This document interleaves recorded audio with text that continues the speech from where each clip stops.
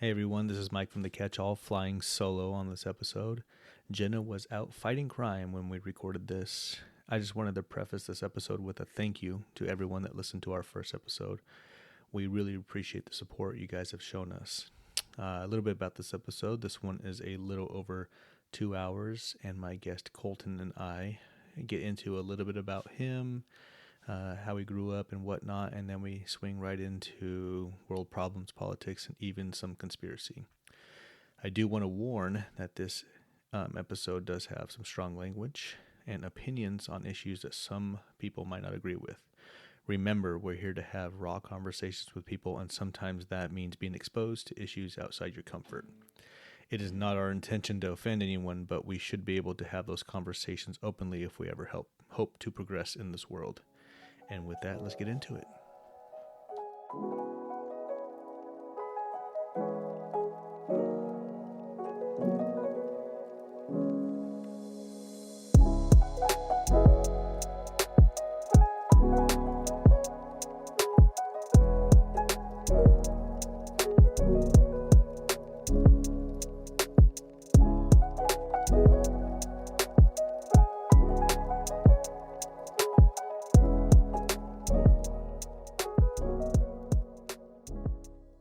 Today I am here with Colton Davis. He's a local guy here from Yakima, and we're just going to bullshit with him and get to know him. So, what's going on, man? Not much. How about you, buddy? Doing good. I guess let everybody know a little bit about you. Name's Colton. Born and raised here in the Valley. Grew up playing baseball, football. Wasn't a very good student. Like most students that aren't very good in high school, evolved into being a small business owner, and here I am. Hell yeah! What school did you go to? Which schools did you go to growing up? Well, I went to West Valley, but I try and claim East Valley. East Valley.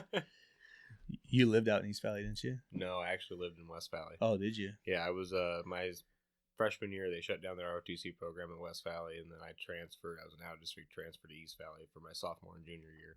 Oh, okay. And then I went back to West Valley and Finish out there. Finished out there. Cool. Hell yeah, man.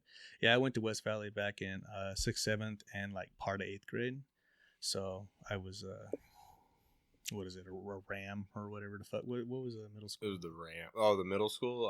The middle school, I believe, was the Wolf. A Wolf or some shit. I believe it was the Wolf at the middle school. Something like that. Yeah, I moved in middle of 8th. Moved out here to Sela, and basically finished out here in Sela. So. West Valley was cool. I met a lot of cool people out there. How old are you? 27. Okay, so yeah, we weren't in the same school together. I turned 36 this year. Oh, just a couple years apart. Yeah. So you mentioned you started a business. What's your business? I do mobile sandblasting, cascade environmental blasting here in Yakima, anywhere in the Pacific Northwest. The basically surface prep and paint removal. For example, doing some concrete work here next week and some stuff off concrete, and then got waiting on a PO for some pretty big tanks out sitting in some fields out east of us, and hopefully get those done here in the next couple of weeks. Oh yeah, just like containers and stuff like that, or they're actually propane tanks. Propane tanks. Yep. You sandblast them and they like refinish them. Sandblast and paint them. Yep. Hell yeah. Sandblast and paint. Pretty good business. Yeah. When I worked for the previous owner of the business before I acquired it, we actually had a contract with a local company here, and we were doing everything from Top of Snoqualmie Pass to Wapato. Oh damn! And all their field tanks, and it sounds like that company's business has kind of dissolved a little bit, so that's not necessarily a possibility anymore. But explored other avenues, and looks like they're shaping out. Hell yeah, that's pretty cool, man. It's always nice when you can find something that you can do, that you enjoy doing, make money on it, and it has people need it. Yeah.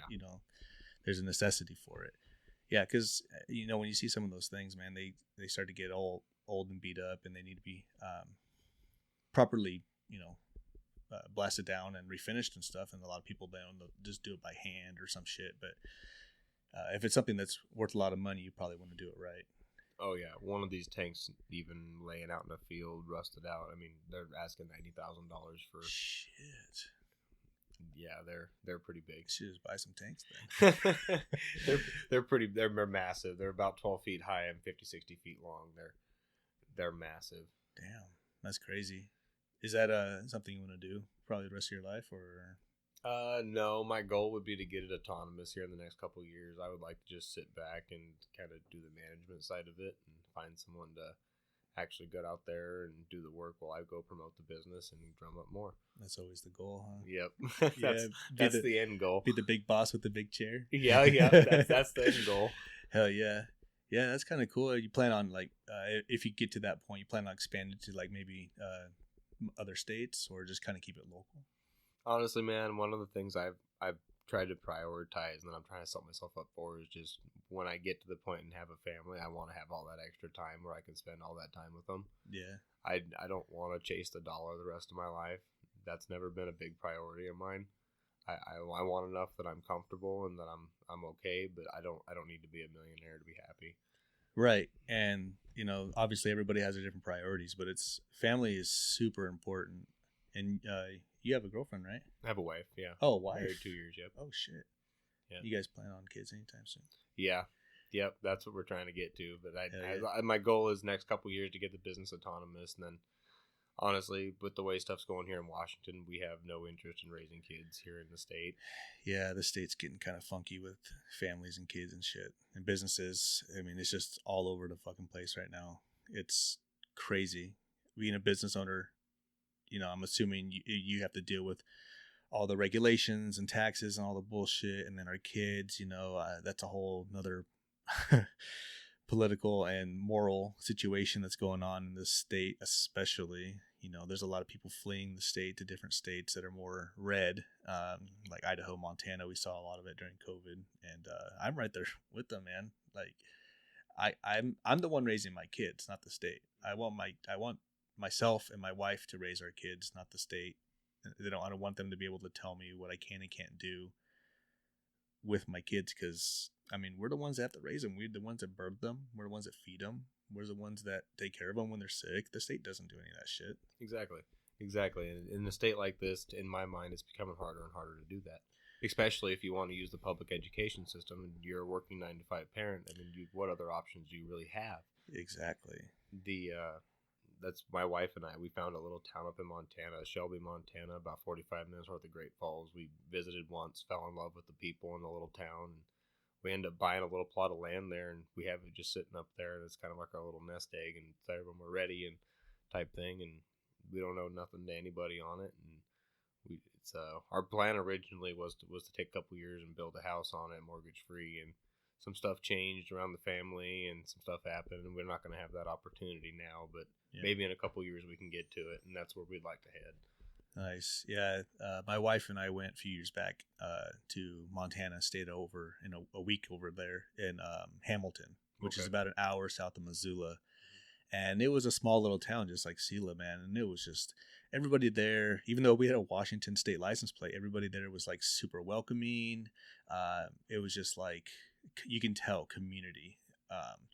But the cool thing is every single person there, unless you lived in town, every single person there lived outside of town, and they all had like a few acres to themselves. Mm-hmm. So like there was acres in between people, even though you were neighbors. Like you weren't like sitting right next door to somebody like I am now. Mm-hmm. So, and that's what we were looking at. But the housing market, it's still like that. But back then, man, there was like a double wide trailer that was kind of beat up on a 5-acre plot of land, and they wanted like almost $600 for it. Oh yeah. And I was like, man, that is way more than we can afford right now. Mm-hmm. Like, and I didn't want to, honestly,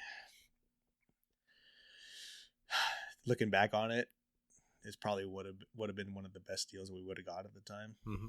But who knows? Yeah. We were just kind of praying, crossing our fingers that, there was something else that would come around that was maybe a little more within our price range. And no. So we even looked at northern Idaho, and same thing. I used to live in Post Falls for like 4 or 5 years, and all the area around us where my aunt and uncle live, because I live with them, was all like farmland or just desolate land, and it's all new developments now. It is fucking crazy. And you drive through there, and there's just California, California, Washington, California, Washington, license plates everywhere. And it's like, dude, what the hell? Mm-hmm. And they were selling houses 2 years out. Oh yeah. We were like, you know what? At least we're in Idaho.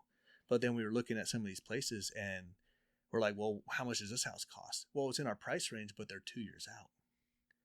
And I don't have enough money saved up as a down payment to still be able to live in my house and afford to build that house. Mm-hmm. Basically, all it was contingent on me selling my house to be able to move over there. But then I wouldn't have any place to live for 2 years. And that's at the low end of the projected time that it would take. So it was like, well, fuck, we're kind of stuck now. Yeah, see, I hunted for an area that wasn't like that. Because, I mean, yeah, you go anywhere even remotely close to Missoula, Bozeman. Bozeman is crazy, man. Bozeman, when we looked in that area, a 2-bedroom, 1-bath, 800 square foot house, they were asking $820,000 for it on zero land. Yeah, and then if you want to get even crazier, you head up to the northwest corner up in Whitefish. Mm-hmm. That's just a ski resort, and you're not touching the house for less than $1 million. Damn, dude. And I feel very fortunate in the fact that I feel that we found the little honey hole that's hasn't exploded yet. Yeah. We're about an hour and a half from that town of Whitefish, and we're 45 minutes to an hour from the entrance to Glacier National Park. Oh, shit. And 45 minutes to town of 55,000 Great Falls has all your shopping and everything like that. Yeah, so if you need to get any shopping done, or if you want to take like a weekend to go to get shit done, yeah, you can go there. And if a guy's got $250,000 to spend on a house up in that area, pick your house. They're beautiful. Man, they're. I mean, a lot of the houses we were even looking at were sub 100,000, and they were 3-4 bedroom houses. How's the weather up there? Because I know, like in Montana, especially, that's the thing. No, everybody assumes that it's so much different than here. Yeah, and really, it's not. The biggest difference is during the wintertime, they get cold. Yeah. I mean, everyone thinks that Montana, oh my God, especially that northern highline, is ridiculously cold, and honestly, they're within 5 degrees of us 90% of the time. Oh yeah, well, just like last year and the year prior, we had negatives. Oh yeah, but so it's not outside the realm of possibility of us around here getting down to that. Oh yeah, and they're like, if you look at the weather here versus there, like when they're 90% of the time they're within 5 degrees. Yeah. They might have a little bit 1 or 2 mile an hour faster winds on average, but they do have a day or two during probably one to 2 days a week where they will snap at night super cold, -30, -40. Wow. And those days that it's like nobody does anything. Yeah, everything's shut down. Everything shuts down. Nobody does anything. I mean, most of your guys up there drive diesel pickups. Half of them won't start. Yeah. You kind of have to. Yeah, exactly. So half of them won't start. So nothing happens on those days, and it's maybe 1 day a week usually, from what I've seen. And then everyone talks about the wind. And are you ready for the wind? Well, shit. We get wind over here, man. Exactly. And if you've ever been to Ellensburg, it's always fucking windy, man. Oh, yeah. I'm there 4 days out of the week for my job, and holy shit. The only thing that about the wind is it's during the summer, it's my saving graces, because it does, when I'm sweating my ass off and the wind's blowing, it cools me down a little bit. Yep. And I'm like, man, this 100-degree weather feels a lot better with a 40-mile-an-hour wind. And you know what's funny, too, is you go up there and you actually get in the wind, and our wind here is always cold. Mm-hmm. It's always cold. Like on a day like today, like it'd be a nice day if it wasn't cold. Up there, the wind's warm. I don't know what it is. I've never been there on a day where the wind was cold. That's weird. I've been there on cold days, and the wind is warm. I wonder, because it's maybe close to the mountain or something, I don't know. Wind's blowing from the south or some shit. I don't know how it works. But I've had people ask me while I'm up there on one of those cold, windy days, and well, what do you think about the wind? Like, I think it's great. It gets warmer than outside. it's good, man. It feels good. Yeah. Like, there ain't no problem. Hell yeah, man. Yeah, I've always heard, because that's just kind of like the thing is, Montana, especially like east side of Montana, because it's next to the Dakotas. You get all that snow, like feet and feet of snow, and the winter's just terrible. The wind's bad, and the summer's a little milder too, right? Yeah. So actually, to the east side of Montana, they do. If you're looking at like the northeast corner, they absolutely do get more weather than where we're at is basically like northwestern line. Okay. So if you go on Interstate 15, draw a line straight up. It's right off Interstate 15. Okay. The fun fact that Interstate 15 running all the way down to Texas is actually an old wagon trail. Oh, wow. It was the old Never wagon even thought trail of that. from when people were moving out west. They would go up what is now Interstate 15, and then they would branch off where they were going to California, Oregon, or Washington, and that's where they would branch off from. Is that still a trail that you can take all the way down or no? Well, now it's an interstate. Oh, it's just an interstate. Yeah, now it's all highway. Oh, okay.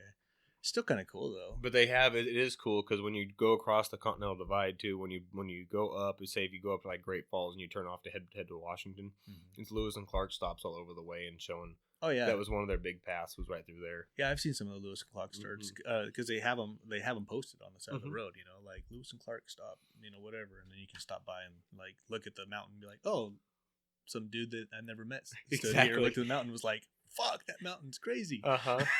Let's continue. Yeah, right.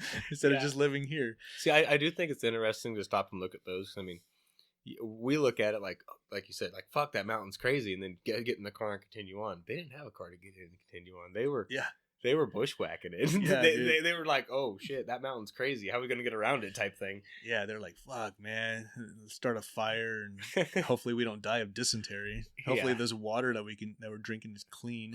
Exactly. There's not a dead bear sitting in the water, fucking, 100 feet up from us. Yeah, exactly. Poisoning the water so we die. Man, life would have been crazy back then. It would have been. Just thinking about like every time you scrape your knee, like you're facing death. Speaking of Montana, one thing that you would not see here that you do still see over there, it's right by the high school during class. You still see pickup truck gun racks in the back window and shotguns. Oh yeah. Sela used to be like that when I was a kid. Back in like the 80s and 90s and stuff. I think closer to middle or end the 90s is when it started changing. But I know like you used to see that shit all the time. People would have like a flag on the back of their truck and they'd have the gun rack and they'd have like a rifle or a shotgun in there because when kids got out of school, what did they do? They went and shot or they went hunting or something like that, especially during the fall when it's hunting season. Absolutely. They'd get out and then go. Yep. They would go home and put in their 16-digit PIN in their safe, make sure it's Washington State compliant, and then take it out, put their bolt in, and take all their ammo that's stored in another section of the house and put it all together and then drive out 2 hours. Yeah. They did it right after school, They didn't have to do all that bullshit. And there was nothing. There wasn't that much crime and shit back then, or maybe there was, and we just were numb to it, or didn't know hear about it. Maybe. Yeah, I don't know. I mean, I know a lot of shit has changed because of social media. Like, it makes it a lot easier for just like any Yahoo to put on their phone and live stream something nowadays. So I do take that into account a little bit, but I know for a fact that we didn't have as many mass shootings or school shootings or any of that shit like we do nowadays. Well, they weren't a soft target for that reason. Well, yeah, because people there were fucking armed.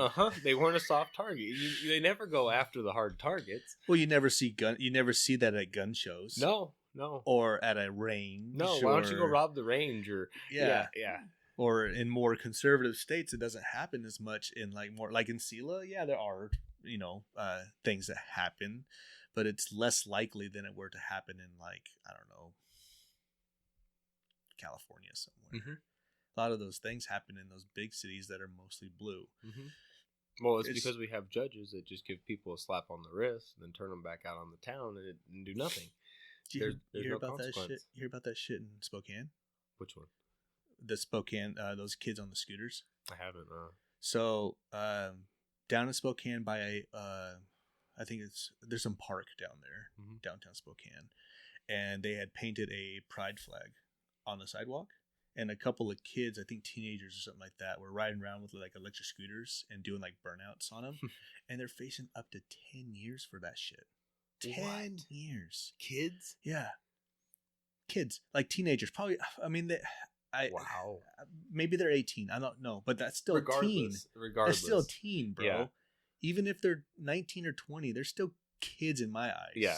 Because they haven't experienced enough the world yet. But because they're I don't care if you're 60, you shouldn't be facing 10 years for that. No. I mean, yeah, it's technically government property and they're defacing Don't paint it on the road. But the thing is like, it's okay to have different opinions and people to be upset about those different opinions, but you can't say like that person deserves to be in prison or jail for 10 years because of an opinion that they don't agree on. Absolutely. It's stupid. And that's just the way the world is nowadays. Mm-hmm. You can't have a different opinion But from the narrative without being in like a martyr. Would that same thing happen to those people if it was a thin blue line flag painted there? You know, I can't say because there's not one. You're right. There's not Honestly, one. There never will be one. Honestly, they should have one and see what happens. Mm-hmm. And if it does happen, they should face the same consequences, Mm-hmm. honestly. But they wouldn't. That's the reality of it. Well, yeah, because, you know, I have a couple friends that are police officers, Mm-hmm. and then one just lives right up the street from me, and he's a good friend of mine. I love him to death. He's a cool dude, and his wife I've known since high school, and they have beautiful kids, and they're just all around good people. Mm-hmm. And yeah, there's bad people in every fucking profession. There's Absolutely. bad people in my job, man. But the thing is like they go, oh, well, he's a cop. He should know better. Well, he's a fucking human as well. Mm-hmm. He's also a human, man. Yep. Like, you got to think about this kind of stuff. And people they can't because they let emotions cloud their judgment. And don't get me wrong. Emotions have clouded my judgment. I'm working on it. Mm-hmm. But like, shit, man, like you can't just say that guy's a bad person because he has a badge Mm-hmm. and he shot somebody. Well, he's fucking scared for his life. Well, he's got a gun. Well, that guy might have a gun or a knife or something worse on him. You can't say what you would do in that same situation because none of us has ever been in that situation. Yep. Did you ever watch that? There was a video I saw. It was quite a few years ago of the guy, and he was super critical of like police officers and stuff. So what they did is they actually had him run like a simulation.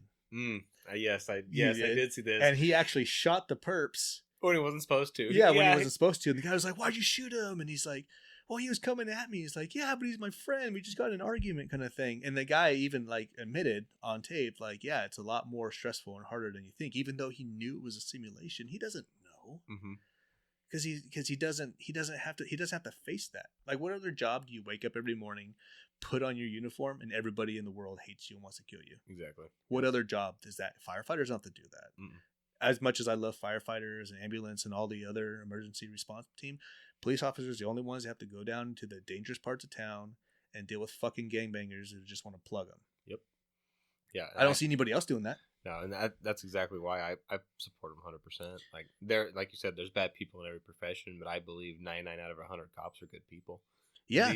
It always takes that one bad egg. Yep. And everybody focuses on the bad egg, and it gives everybody a bad name. Yeah, man. Like, it's just like reading a review on Yelp at a restaurant or something like that. You see 5 stars, 5 stars, 4 stars, 5 stars, and then you get that 1 star. Are you gonna base your entire experience on that 1 star? You can't, because that guy they may have 4.8 stars on Yelp, but because 1 or 2 bad experiences that people may have had because of an off day, or maybe they're just extremely hard to please or whatever. And I'm gonna get chastised because I'm comparing police officers shooting somebody to a fucking Yelp review at a restaurant. But it's at the same time, it's not that much different, because you can't expect a restaurant. You read a 1 star and you go, "Oh, this guy was mean. He forgot my eggs and told me to leave with and da da da." And it's like, okay, is that going to happen to me? It's not. Chances are it's not. Now, the whole pulling people over and giving people tickets and all that bullshit, I think that needs to go away, because that's just adding revenue to police officers. I think that's stupid. Yeah, to an extent, I agree with that. I understand to an extent, yeah, because you shouldn't be flying 50 miles an hour through a school zone or something like that. There has to be something that will be able to be done to restrain the total morons. But yeah, exactly. But if someone's going 5 miles an hour over on the highway, and you get pulled over and get a ticket for it, I think that's stupid. Now, if you're going 50 miles or 20 miles, sure, unless there's an emergency, like you're driving your wife to the hospital because she's having a kid or some shit.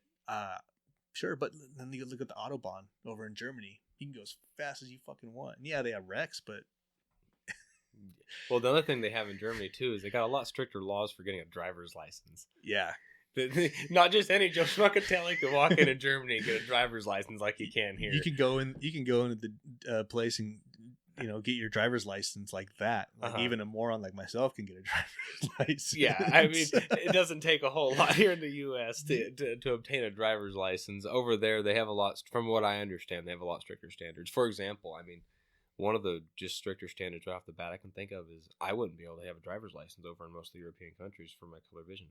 I'm colorblind. Oh, shit. Yeah, and over there, you can't even have a driver's license in most of those countries. Oh, damn. I get by just fine here. Yeah. But you go over some of those countries. I wonder why. I wonder if it has something to do with like their sign colors or something. I don't know what it is. Because our signs are very prominent. Like even if you have color vision, issues, you could still see a bright red, stop sign. It may look orange to you or something, but you see it. And not only that, but it says stop on it. Yeah. And then the yield signs and stuff. But that's why they teach you the different signs in the books and stuff too. Like obviously there's some signs I see, I'm like, what the fuck does that mean? Right. Yeah. Because you never ever see them. But every once in a while, especially if you travel anywhere, you'll see random signs, different places. You're like, what the fuck does that mean?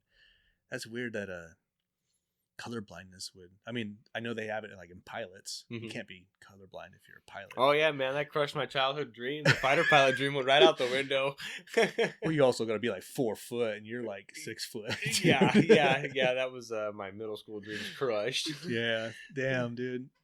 I remember so speaking of colorblindness, my wife's cousin Tyler, he's got colorblind, and he's colorblind, and I don't remember what one it is, but he can't see like greens or red. Green is the most common. I think so.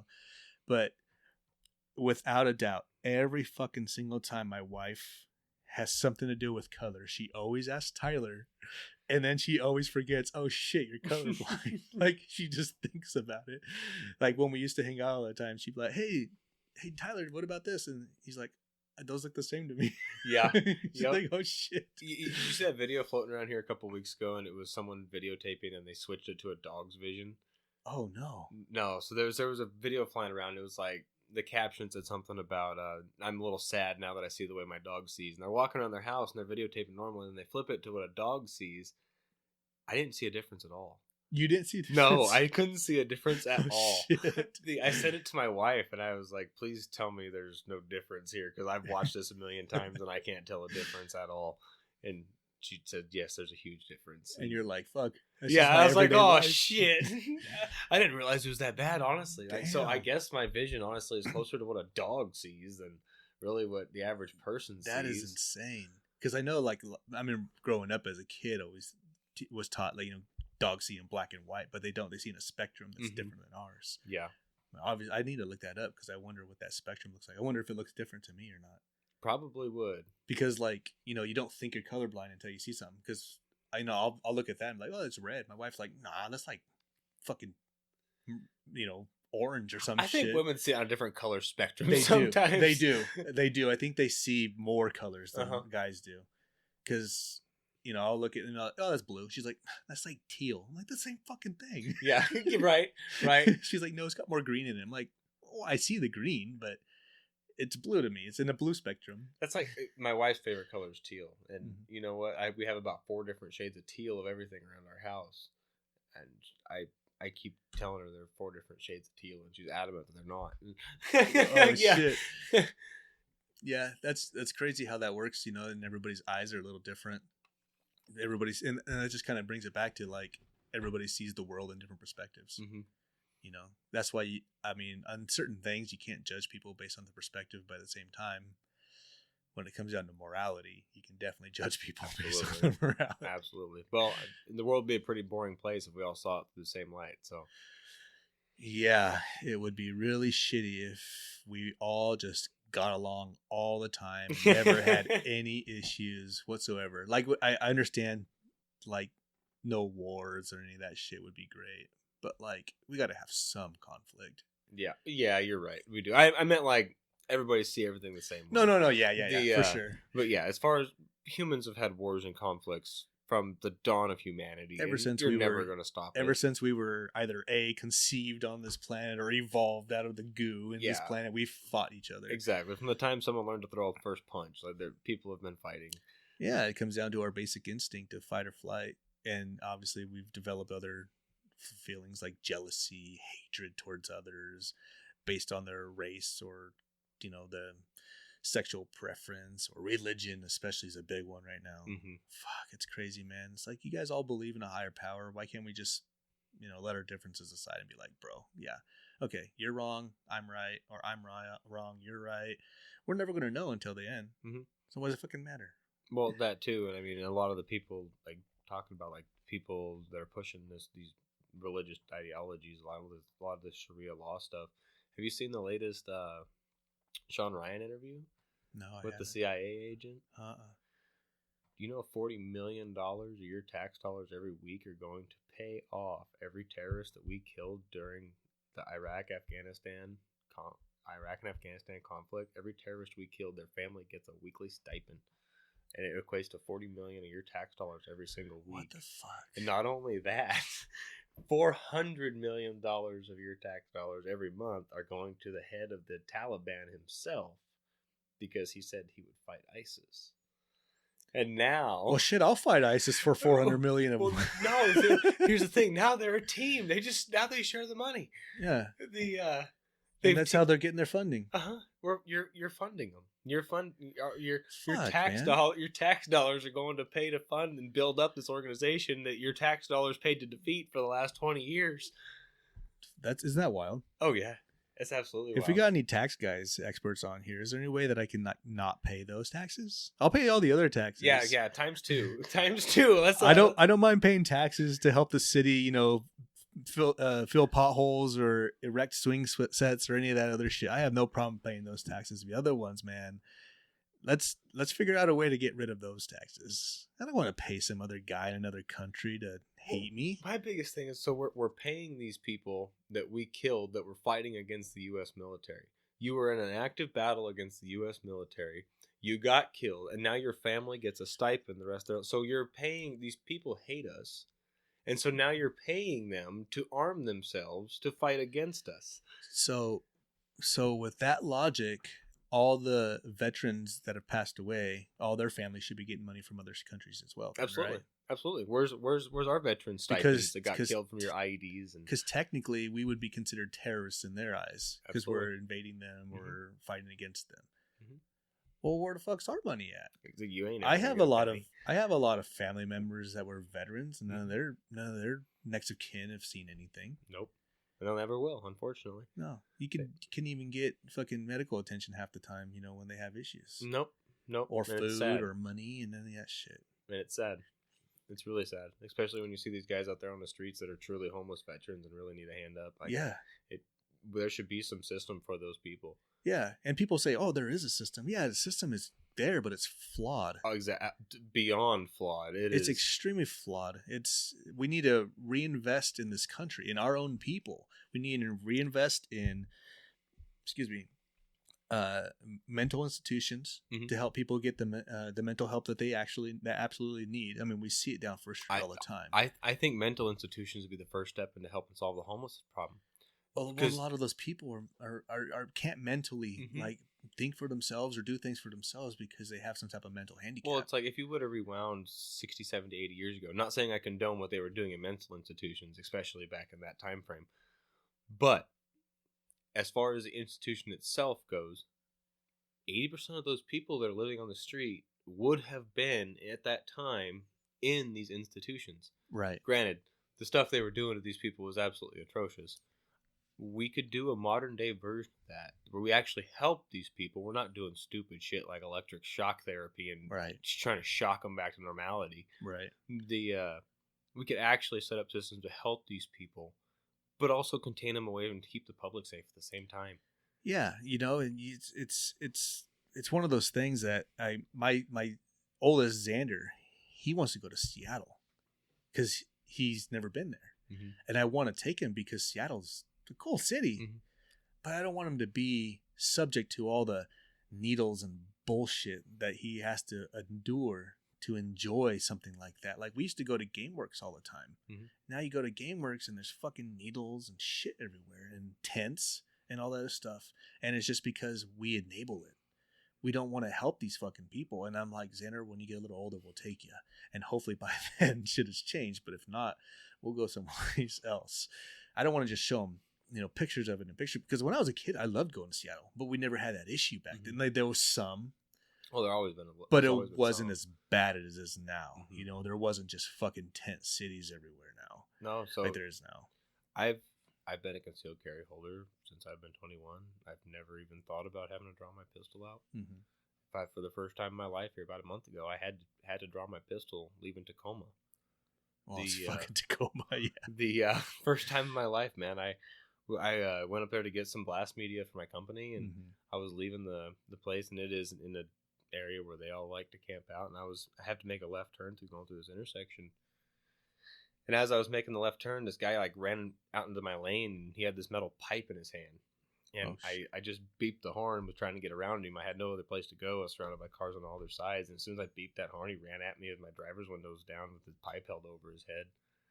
I had to stick my gun out the window, and thankfully he stopped. I mean, he was pretty close to catching around, man. I didn't want to have to do that to that guy, but I wasn't going to take a pipe to the head either. So yeah, we got to think about your own safety as well. And then you got a wife to come home to.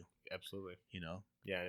At the end of the day, same thing with fucking police officers, man. Oh yeah, they yeah, got exactly. families to come home to. If at the end of the day, if it comes down to me or you, I'm sorry, I'm taking me and my family every day of the week. Oh yeah, exactly. Any day of the week. Mm-hmm. And people are like, "Well, the only guy only had a pipe. Why don't you tase him?"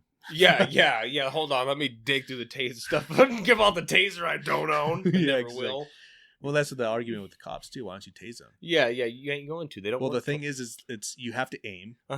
And then when you're under pressure, your adrenaline's pumping, your arm's shaking. And even when you do get a good hit, they only work about 25% of the time. Yeah, because it's got to penetrate all the clothing, and then it's got to make skin contact. Good skin contact. Yeah. It has to really embed itself. Yeah, exactly. You ever been tased by one of those things? Thank goodness I haven't. So and I don't want to. It is a wild ride, man. It is a wild ride. I worked for a security company here back. Oh man, I think I was 18 years old. And I can't believe I did that for $14 an hour. Damn, bro. Dude, we called it riding the lightning. Yeah. That is 5 seconds that I'll never want to repeat again. No, fuck that. Nope. I thought about it. I thought about it just for the fuck of it, but I was like, no. But I probably should, just so I know how it feels. Oh, if man. it ever happens to me, I'm like, okay, I felt this before. You just your whole body locks up and you lose control over everything. But I will say, if I ever gun to my head type scenario, have the option to either do OC spray or taser again, I'll take the taser. Yeah. Well, the taser's quick. Yeah, that OC sucks. Yeah. I've never been sprayed either, thank goodness. I have spray. I don't have a taser, but I do have my concealed as well, and I carry it fucking everywhere. So as soon as I leave the house, it's on me. I don't care. Even if I'm going to get gas down the street, here in Sela even, I'll carry it because you just never know, man. No. Well, man, we never used to have issues like that in this town when I was growing up. This was never known for violence. This town wasn't back in the day. In the last 10 years, I feel like it's gotten really bad. I mean, in the last couple of years, there's been 3 or 4 shootings out in West Valley. When's the last time you heard about a shooting out in West Valley when you were a kid? When I was younger, West Valley was like the safe haven. Exactly. West Valley and way out in East, like Moxie area, was like safe haven. Both those places. Well, no one ever went out there. Now you can't. I don't even like my wife going to the Terrace Heights Walmart by herself. Yeah, I won't let her. That might make me sound mean or bad, but I mean I fear for her safety. Oh, we don't ever go to that one. Well, if we go, we'll take the extra 10 minutes and go to West Valley one. Yeah, but even then, it's still Walmart. Bro. Exactly. Yeah. It's like she asked me here. She's like, "Well, what stores do you feel 100% be comfortable with me going to?" I'm like, honestly, none. Maybe the Rays in West Valley, like the one way out there, but like honestly, none. Yeah, really, not anymore. Even the Fred Meyer. I mean, oh yeah, that lady got stabbed or some shit like a couple years ago or whatever. Last year. year. That too. And here was a year or so ago. I saw something about some lady almost got abducted out of that Fred Meyer parking lot. Some 20-something-year-old lady. Isn't that fucking crazy? Yeah, we never. I mean, it was never like that here 10 years ago. Yeah. It's all the fucking gang activity and shit that's going on. Man. I think gang and cartel stuff has moved into this town. It's just exploded. It's exploded, and well, it's because all the drugs. And it's a perfect hub for them.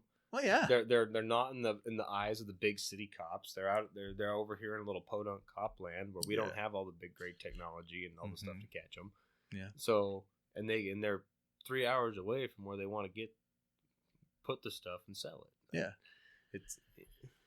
Yeah, it's like I've always been told this is kind of like a little channel that they come up and they mule it in. They come here and then distribute it out. Well, here it's probably been about 10 years ago. My grandma and some of her friends, 70-something-year-old, bunch of car full of 70-something-year-old ladies, they were going down, crossing the border into Mexico. Mm-hmm. And everything was fine. They were at the last check station. The guy actually had just told them to go ahead, and the car in front of them was taking a little longer, and they were just waiting on this car to get out of the way so they could proceed. And they got to talking to the Border Patrol agent, and the Border Patrol agent asked, "Oh, where are you guys from?" And my grandma just casually mentioned to the guy that, "Oh, we're from Yakima, Washington." Pull the car over. We need to search it. Oh shit! Yeah. And that's what they told her. Told them after they got done was that they had a lot of stuff coming through specifically from Yakima. Yeah. They said it was just starting up about that time. They said they were starting to see a lot of stuff from Yakima getting smuggled through. I guess a lot of elderly people were doing it at that time. Well, because that's the least person you would expect. You wouldn't expect, Gertrude, your grandma. No. Fucking having a thing of heroin up her butt. Driving down to fucking Mexico, or a shit ton of money to pay off some dude. Yeah. I think that's about the time it started, right about that 10 years or so ago. Yeah. Well, I remember when I was a kid, I used to live downtown by the old mall. Mm-hmm. Yep. And down by Natchez? Yeah, it was 6th Street, actually. Okay, so it was like 1 or 2 streets over. Mm-hmm. And I lived down there, and I actually drove by a few years ago, and the house that I grew up in is out now, just a vacant lot. And they demolished it because it used to be like a drug house after we had left. Luckily, we got out of there in time because we moved out to West Valley at that time. Like right after I went from elementary school in Ridgeview, we went out there to West Valley. We moved out there. Now, when you were down there as a kid, did they still have those encampments down like Natchez? No, they didn't have any of that shit. I didn't think so. They didn't have any of that shit. They didn't have the fence right there on Natchez by the little park thing, so people couldn't sleep on there. We didn't have anything like that. I mean, I could walk to the mall and be fine. Except for when I did get a little older, this is when like the gang started getting a little heavier, because I never saw it growing up. I mean, I could have been just a dumb kid and not seen it, but down there now is like hub. Oh yeah, that's like where all the bad shit is now. Yeah, you don't go down there unless you're involved. No. Well, and then my first brush with it was when my cousin, he was, I don't know, either involved or trying to be involved or want to be gangbanger, and he actually got shot in front of my house. Oh shit! Left for dead in the middle of the street. I was actually waiting to play with my friend outside, and we hear pop, pop, pop, pop, pop. We're like, what the fuck? We get down. My mom's screaming, getting down, and then they call the police, and then obviously the gunshots go away or whatever, and we look outside, and then we saw a body out in the middle of the street, and come to find out it was my cousin. Wow. Yeah, he lived. He lived. That was my next question. Good. Yeah, he lived, but like he was fucked up, Wow. And I don't know. I don't talk to that. I don't talk to him. I don't know if he's still alive. I don't know if he's still into that shit. I don't care to know because I don't want to be getting involved in any way. No. Because I mean I have a wife and kids now, man. I don't want There was one point in time where I was like I'm trying to be badass, but I was never like a gangbanger shit. Yeah. Any of that dumb shit. It was crazy. And then that was my first brush. And then my second brush was my mom used to work at the mall at Mervin's. You remember Mervin's back in the day? I do. So my mom used to work there. So we would go, it was like 2 blocks away. We'd just walk there. Mm-hmm. And they had like, KB Toys, and they had fucking Cinnabon, and they had a bunch of like stores in there. I missed the old mall. It was cool. They had an actual, I don't know. So I actually got to go in there a couple years ago. Oh, when it's the hotel now? No, so the that old mall where you used to park in the parking garage. Mm-hmm. So it's probably been 5-6 years ago. I worked for a company that was a call center up there, and one of the first things they told you on the first day. So part of our offices used to be in part of it that used to be part of the bond. Yeah. And the first day they pulled you in and explained to you everything from the mall is still downstairs. Don't go down there. It's off limits. Yeah. I knew I wasn't going to be with this company very long. So it was the first thing I did on my lunch break because I ran down.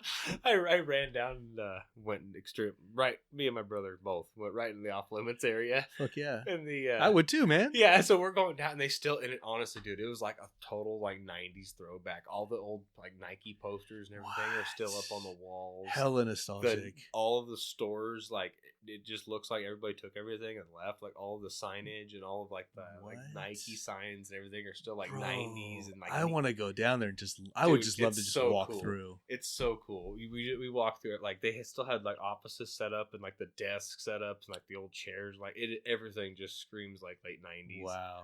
And the fuck. But what was the coolest was the empty stores and just like how they had their old signs hanging above. Like honestly, it looked like they could turn the lights on and restock the shelves. And dude, but nothing anymore is that colorful. Like it was so like all the signs and everything were so colorful, and everything now is just seems like it's so blah. It's blah. Those same companies are just they've made everything so simplistic nowadays. Mm-hmm. Like everything, like there's no character to anything. You know, you used to have all the different, colors and graphics and stuff like that for all these different signs, and now it's just now it just says McDonald's, or Burger King, or Taco Bell. Taco Bell was the craziest one because it used to be like a fiesta inside, you know, all the different colors and the waves and all the different, you know, and now it's just gray. Yep, this is gray. Have you seen those charts about like people like the color spectrum and like what's happened over the years?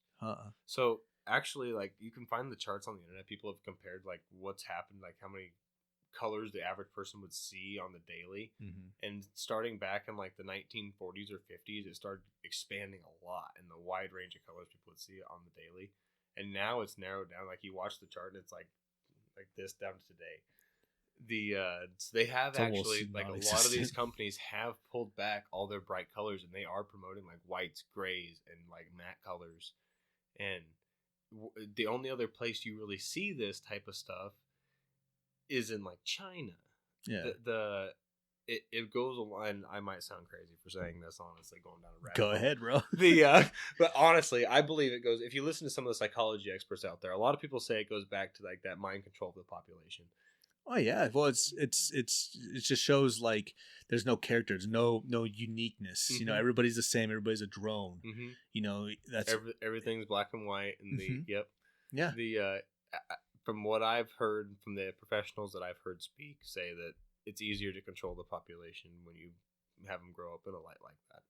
Oh yeah, and they have their fancy reasons for explaining why, and I'm no medical expert and can't get into that. But yeah, me neither. That's according to what I've seen. Some of the experts that I've seen speak, that's what they say, and I totally believe it. It adds up to me. Well, it makes sense because if you look at it, like, I mean, I was born '88, so I grew up during the '90s, and man, everything was fucking jelly colored, clear colored, but it was all just different colors though, and it was just so much. I mean, look at the early Mac PCs; they came in 7 different colors, and our schools had them all. Now they're all either black like this or gray, you know, and then people are putting colors inside their PCs and shit now to like give it some type of ambiance. Yep. But if you look at like go to a computer lab now, they're all just either white or black. You go to like a store, you know, you see the Hot Topic sign, but it's just black and white. You used to have all these different things, you know, it's just all that shit's crazy, bro. Like, and it makes a lot of sense. See, I'm not even like a bright color, like, even back then, I go pick out a pair of tennis shoes. I'm the type of guy. Even as a kid, I go pick out a pair of tennis shoes. I was the boring kid. I just wanted the white pair. But I still miss everything, right? I still miss the colors and everything being there. Like that might not be my flavor, but now that it's gone, man, it's like you kind of miss it. I miss it. Yeah. Different strokes for different folks, but I'm just not on the whole gravy train with the grays and the. Have you seen those people that do like their kids' rooms and stuff and like grays and browns and beiges and whites and shit? And it's like I get the like aesthetic for like maybe your home, but it's a kid's room. Yeah, have some color, man. It helps with their development. It helps with their development a lot. That's why when you see kids toys and stuff, they have all these different colors because they're trying to differentiate red from orange from yellow from green. If you go to a beige room, they're not going to know any of that shit because everything's beige. Yeah. What color is that? Beige. Your first word's beige. Wouldn't that suck? Yeah, your first word's not green or light or something like that. It's beige. My baby said his first word. What is it? Boring. Boring. I'm bored. This place sucks. That's funny. Yeah, this room's awesome, man. Thanks, man.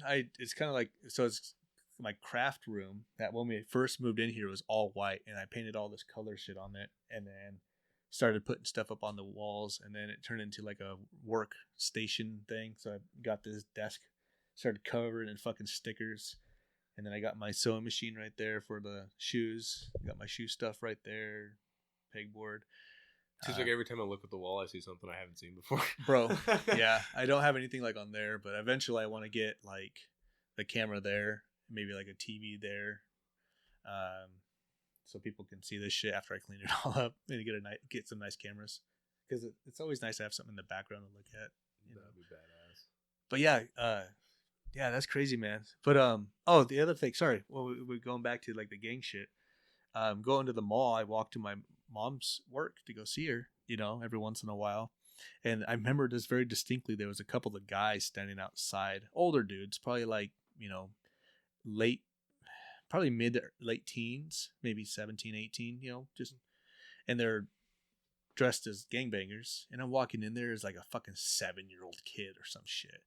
And they go, "Hey, what's up, man? What color do you rep?" And I'm like, "What?" Like me being so like out of the loop. Like, "What color? What's your favorite color, man?" And I go, green." And they're like, "All right." And they just let me in. And I'm like, "Did I say something good or bad?" Or they're just like, "Oh, it's just some stupid little white kid or something." I guess for in your case, green might just go ahead. Green's kind of close to blue, so yeah, we're good. But do you remember also that where like the malls kicked out people wearing red and blue? Yes, I do. Yeah, and they started wearing like green and pink. Yep, I do. I remember that back in the early 2000s. That was still a thing. Yeah, at the Valley Mall. Yeah, if you were like wearing just like a blue T-shirt, one thing, but if you were wearing like bandana and shit, they were like, "Nah, bro, you can't come in here." Yep. So they would change it from blue to green. See, but back in the day too, like I feel like the gangs were different back then. I feel like they had a different mentality. So like you're saying, like they were standing outside the store and they obviously interpreted you as an innocent kid at that point and just like, "Move along, kid." It was like, "All right, get out of here." Yeah, get out of here, move along, kid. Yeah. I'm not so confident they would do that anymore. They'd probably just fucking try and rob me. Yeah, like at least shake you down or something like that. Even as that's why kids can't do that anymore. Unless they recognize me from, because my friends and I used to play all around that area when we were kids and never had any issues. Yeah. So maybe they were just like, "Oh, it's just a neighborhood kid, let him in," Yeah. But yeah, that's the craziest thing, because I was like, now in hindsight, I'm like, oh, obviously it was like, if I said the wrong color, they might have said something to me, but yeah. See, and like nowadays, I'm not so confident you'd have been okay in that scenario. I like to think I would, but I don't know. I may not be here. And thankfully, you didn't have to find out. Yeah, thank God. But I feel like back then it was a lot more. They only messed with people that were involved with that type of thing. Yeah, I think so. And nowadays, they're just out to get anybody they see as a victim. Well, that or recruitment. Mm-hmm. Especially like in the big cities now, you see like these kids, and they don't have no family morals, or the parents are both working, or they don't have, they had single parents or something like that. So they're looking for that guidance because their mom's working all the time, and their dad's working all the time, and they don't have anybody there. So they're looking for that guidance from someone older and cooler. So they see these gang members that got money and they got cars and they got girls and all this other shit. So they're like, "I want to be like that guy." Mm-hmm. And like, "Hey, bro, come here. Let's recruit you." And then it's like, all you got to do is carry this shit with you all the time. Drugs or something, and give it to that guy when he gives you $20. Mm-hmm. And then that's how this starts, man. And obviously I don't live there, so I don't know the full, but like I can imagine. Yeah. I think you're pretty accurate. That's how some of it probably starts. Yeah, I obviously don't live there either, so don't understand it either. But from my understanding, I believe you're pretty accurate. Well, I've seen people people I went to school with and stuff that have fallen into drugs real bad. Mm-hmm. Like, obviously, like back in high school, I did coke a couple times, but I mostly smoked weed. Mm-hmm. But like, I'll see all these guys, man. Like, I saw a guy the other day. He was doing good when I last saw him, and now he's like fucking homeless on drugs and shit. And I'm like, "Bro, I went to high school with that guy. What the fuck? Yeah. What the fuck happened?" And I said hi to him, and I don't even know if he recognized me. He's like, "What's up?" And I'm like, "How you doing, bro?" And he's like, "Good." I'm like, "You good?" "Yeah." "All right." But then he goes walking, I'm like, you need to ride somewhere?" He's like, "No, I'm good." I'm like, "All right, cool. Do you remember me?" "Yeah, I remember you." "Are you sure?" Yeah, no, he definitely didn't. My wife was with me and my kids, and she's like, "Who was that?" And I'm like, "I don't want to say his name," but and she's like, "Oh man, that's him." She couldn't even hardly recognize him. Yeah. And he has a pretty distinct face. And I'm like, fuck. See, thankfully, most of the people that back in the day, like a lot of the people that I went to school with, they got into that type of stuff are doing a lot better now. That's good. That's what I always like to hear, man. Like a lot of the people that I was friends with that back in the day that end up falling into that type of stuff, I'd say I don't think I know any of them that are, at least to my knowledge, that are actively still doing drugs and going the wayward path. All the ones that I know are doing really well now, and I'm super happy for them. Yeah, that's good. They're just living proof these people can turn themselves around. They're not helpless. No, they're not. It really just depends. Like some of those people don't want help. No, that's the biggest problem. Yeah. A lot of them don't. They need to want it first, and they want the services that come along with the help, but they don't want the help. Yeah, because if I can continue doing what I'm doing and get money for it to help feed my addiction, why would I ever change? Exactly. Because if I get clean and I get sober and I get the help that I need and I start contributing to society, that means I have to get a job. I have to go do stuff for 40 hours plus a week to barely make ends meet. Well, yeah. Why would anybody want to do that when they can live off the government and have them pay for their drugs? Fuck yeah, I would love that. Right? not the drug part, but everything else. Yeah. Get everything paid for nothing and get all the free time in the world. Fuck. Absolutely. There's been times where I've got unemployed for various different reasons and tried to reach out to government and get help, and they're like, "Yeah, I can give you $12." Oh yeah, $12 a month. Oh, dude, I remember when I was 18. So fun little backstory. With so I ended up just getting my GED and never actually graduated. When I told my dad I was getting my GED, he gave me like a month to get out of his house. Oh fuck! So I moved out in the where was I going with this? I don't remember. Take it away. I lost my train of thought. It was assistance from the government. Oh yeah, yes. So I moved out and I was renting a place out in Sealand. And I was working like.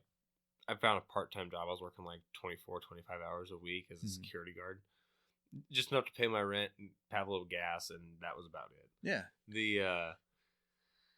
I applied for assistance, and they gave me a call. Oh, yeah, Mr. Davis, we're pleased we can offer you. It was like $7 and something cents a month. It's like, what the fuck can that buy me? Yeah, that's exactly what I asked. I'm like, okay, that'll get me a couple Hershey bars now. Yeah. Once a month, I got to eat the other 30 days of the month. Right.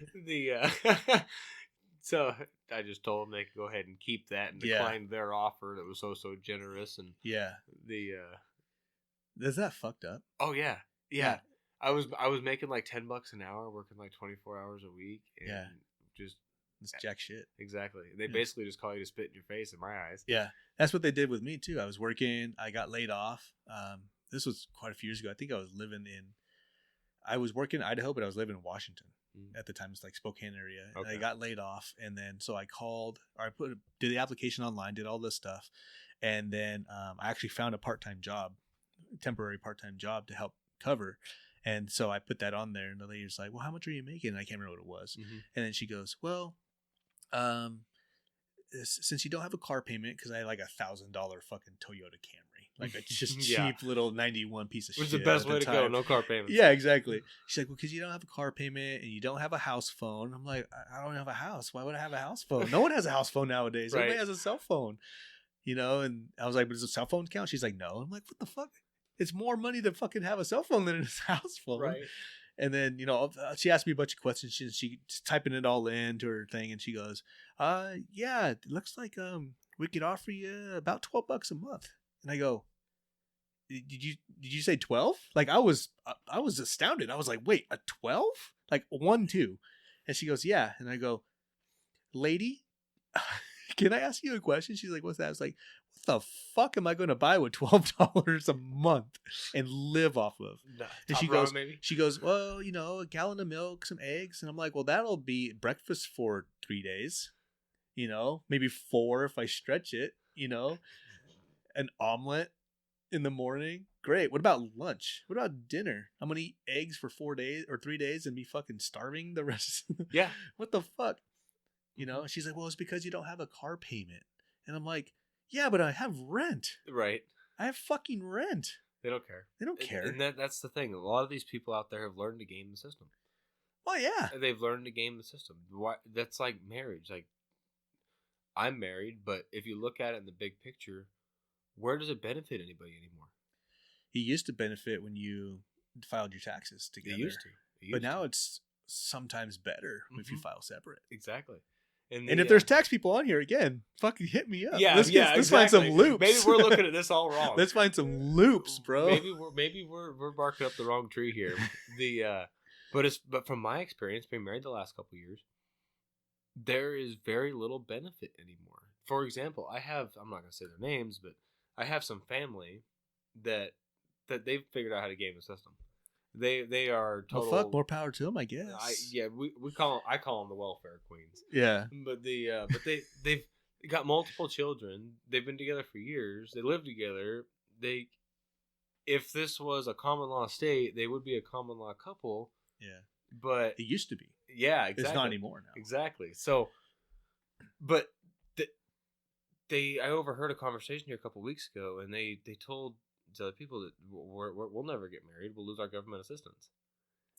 Well, I mean, because if you're not married, you don't have to claim both incomes in that household. Right. So these people have figured out how to game the system, and at times like that, it's beneficial to not be married. So when you go and you look at like the U.S. as a whole, and the whole U.S. has that problem, and then we look at all these fatherless children, and then all these single mothers. I mean, it promotes that. Well, that's the way the system's set up. And that's by design. Exactly. And it is that's not a conspiracy. That's by design. It is designed to promote that. So nowadays, in my mind, like I believe in marriage because I'm religious. Oh yeah.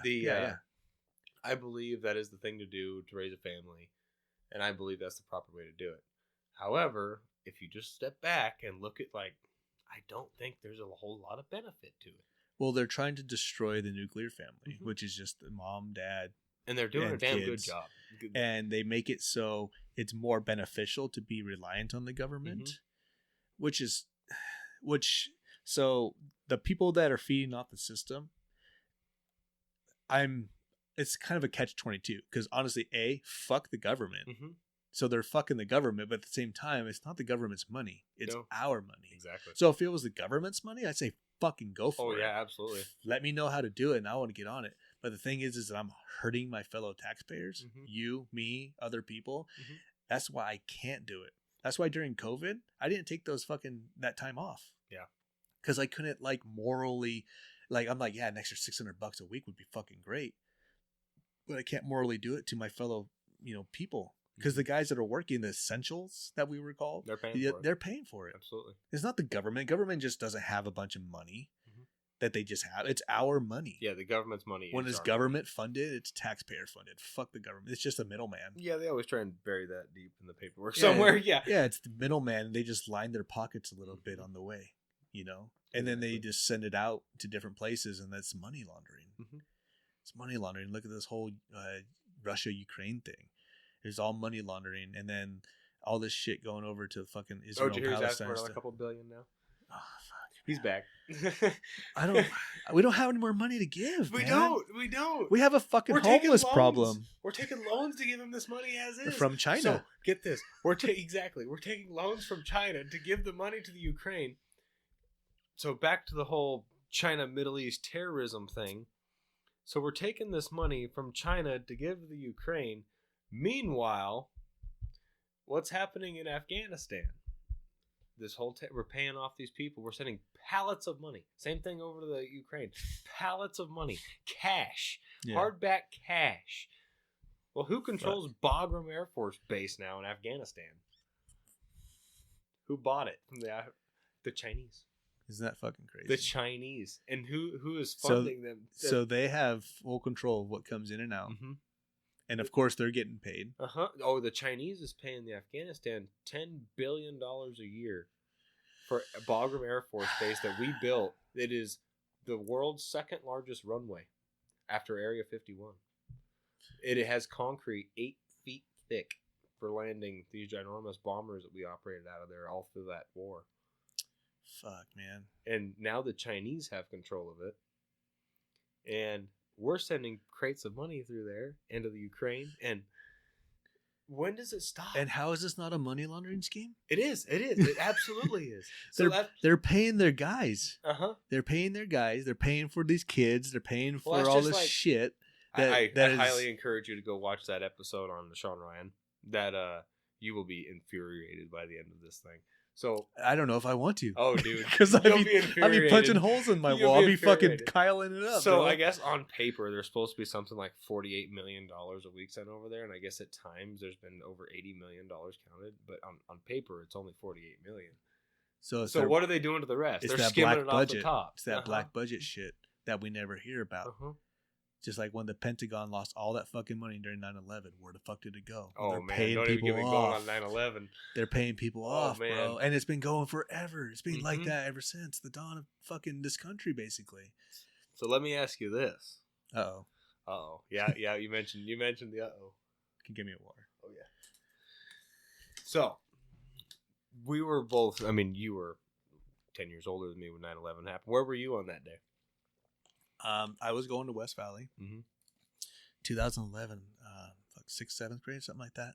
Well, that would have been 01. Sorry, 01. Yeah. 2011. Yeah. 2011.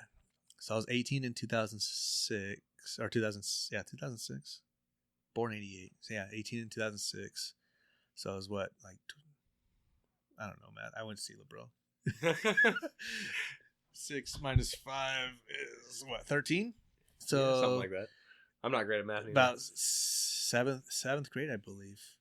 And I was in class when we first heard about it, and then they turned on the TV, and then we watched the second one hit. Mm-hmm. See, I was whatever it was that hit.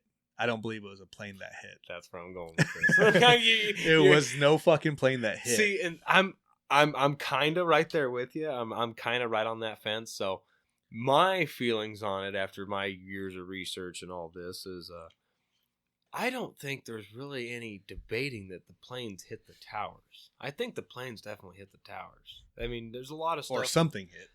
Or something hit. I just think there's a lot of hard evidence, such as phone calls, supposedly phone calls from the people that run the airplanes, and the biggest one that I could see is something hit or something blew up is the one that hit the Pentagon. That one, I think there's definitely room for debate. Bro, there's no evidence of anything hitting it. Mm-hmm. Like, if you look, there's nothing. Mm-hmm. Like, there's no debris. Mm-hmm. It just looks like bomb, or like the fragments that are there are like building fragments. Exactly. Yep. It's not from a plane. Like, we've seen plane crashes. Oh yeah, there's always you bits can and pieces. see shit. Mm-hmm. There was nothing. No. And they claim that it was cleaned up before the film crews. Bullshit. There's no way. There's no way. It takes weeks. Yep. To clean that up, not hours. That, and like as far as the actual towers go, I think the planes definitely hit the towers, but that's not what took them down. No, not even close. You don't hit a vertical object at the top and have it collapse at the base. No, if anything, right into its own footprint. Exactly. If anything, that top would snap off of there. Yeah. The physics. I mean, I'm no physicist, but I mean, in my mind, the physics don't add up the way that happened at all. Well, if you look at, like, they have pictures of the beams that were cut at 45-degree angles. Exactly. And there's no way and it's been proven time and time again. And that's way below. Yeah, and they was like, what, 100 stories below that, or 200, 150. I don't know how tall they were. They were tall. They were huge. But way down in the almost basement. And they heard explosions in the basement. Oh, yeah. Yeah. You don't get that from fucking a fire. No. On the whatever floor. Yeah, there's no fire on the 200th floor causing the bottom to collapse. No. Because jet fuel ran down the elevator shaft. I'm sorry, that didn't happen. Okay. Yeah. But on top of that, too, it's like, so how do they claim that we know who did these attacks? Well, the passport survived. So you're telling me that this stuff got hot, this jet fuel got hot enough to burn and melt these steel beams, but the passport survived, so you know who did it. Yeah. Isn't that fucking crazy? That's crazy. Well, it's just to fuel the war. Oh, yeah. That's all it was to fuel the war, because it was terrorists from the Middle East. Well, that too, and it was going back to, at that time, do you know what was going on in the Middle East? So, at that time, Saddam had moved his forces into Kuwait and had taken over the oil fields. So it was oil control. It was oil control. The gas prices. It has nothing to do with weapons of mass destruction. No, it had to do with a terrorist organization took control of, like, at the time, it was like 25 or 30% of the world's oil supply. Yeah. And gas prices were about to shoot through the moon. Don't mess with Uncle Sam's gas prices, and don't mess with Uncle Sam's boats, and you'll be just fine. Well, they messed with Uncle Sam's gas prices. Isn't that fucking crazy? Well, we have some of the most oil in the entire world. Yeah, and why we don't tap it is beyond me. I think they're waiting. You think so? I think they're waiting until the other ones dry up, and then they'll tap and be like, "Now we fucking own everything." See, but I think that plan's going to backfire too. I think it will because a lot of it's in Canada. Not only that, but I mean, if you look at what China's doing, they're building artificial. I don't know if you ever done much look into what China's oil supply looks like. So China has almost no oil. Mm-hmm. They are very oil poor. But they have oil off their coast. Yeah. But anything more than there's a predetermined mileage off the coast. For anything off, I think it's like 40 or 50 miles. Don't quote me on that. But anything beyond that is considered international waters, and you can't touch it. So what has China done to circumvent this? Because they found a giant pocket of oil like 50, 55 miles off there. It was just outside the border. Right. So they're taking dump trucks of sand and from all their building projects and building artificial islands out to get their land closer to this oil pocket in the ocean. You can watch them on Google Maps how China's expanded towards these oil fields. And here in the next, I think they say 2 to 5 years now, that they're going to tap the oil supply. They're going to have access to that oil, and they're going to tank the oil prices. And what'll happen, in theory, is they'll sell it on the world market extremely, extremely cheap. We'll have extremely cheap energy for a few years until all the U.S. and everybody else in the world goes out of business. Yeah, because they can afford to lose money on it with their slave labor. Well, yeah, they don't pay their people shit. Exactly. They have slave labor, and they can afford to lose the money on it. So they'll lose money on it for 10 years while everybody else goes under. And then as soon as everybody else goes under, they'll set the price of whatever they want because they'll control the oil supply. Isn't that crazy? It is. They're trying to get rid of the petrodollar, which is U.S. backed. And then you got them doing deals with countries in the Middle East now, where they're trying to get the Middle East to buy oil in yen, where they've been buying it in dollars for the last 80 years. Mm-hmm. And I think that's part of the reason why the war shit's going on. You think so? I think so. I haven't heard that aspect of it. I haven't heard anybody. I think so. Just because, like, when China's always the boogeyman. Oh, yeah. It's always China, North Korea, the boogeyman. And Russia. Yeah, she'll throw Russia in there, too. And they're all in that same area. Uh-huh. So, I don't know. Maybe there's something that we don't know that's going on over there. Maybe. I'm sure there is. That you and I don't know about. Mm-hmm. The government knows about it. Mm-hmm. There's a reason why they're over there doing shit. Or they're fighting or whatever. So that's like this whole Russia-Ukraine thing, man. It's like this. It's so crazy to me. And then the reason behind it is Putin claims he doesn't want NATO on his doorstep. Mm. Okay, well, what happens if you take the Ukraine? Who's your neighbor? Poland. Poland's NATO. So regardless, you have NATO on your doorstep. Right. So, and then if you take Poland, who's NATO's in that? I mean. Yeah. I get when Putin says, he's like, well, we were promised not an inch, whatever. We weren't going to expand towards Russia, and we did. I mean, yeah, there was no treaty ever set in stone, and if there was, we threw it out the window, and we shouldn't have done that. Right. However, I mean, you got to kind of suck it up and take it. Yeah, but Russia's one of those ones that you don't really want to fuck with. Yeah, because they're a big dog. Yeah. Which I think we're kind of proving now that it's us, Russia, and China are like the three big dogs. Yeah, and I think we're seeing now that Russia's not as big a dog as they thought they were. Unless they're hiding their hand. Could be. I mean, it's 4D chess, bro. Could be. The shit's always 4D chess. Well, have you seen the videos of their troops going like airsoft equipment? No.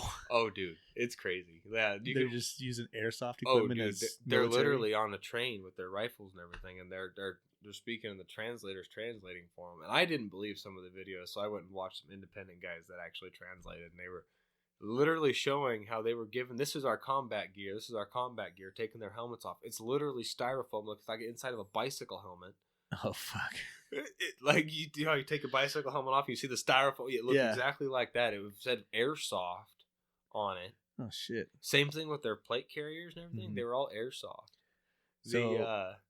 And I'm not saying all of their equipment is this way, but I've seen multiple videos of these people being sent into battle literally wearing airsoft gear. So there's different facets of a conspiracy I'm talking about right now. Ready? One, either A, it's staged and all that's bullshit. Okay. Or B, it's propaganda.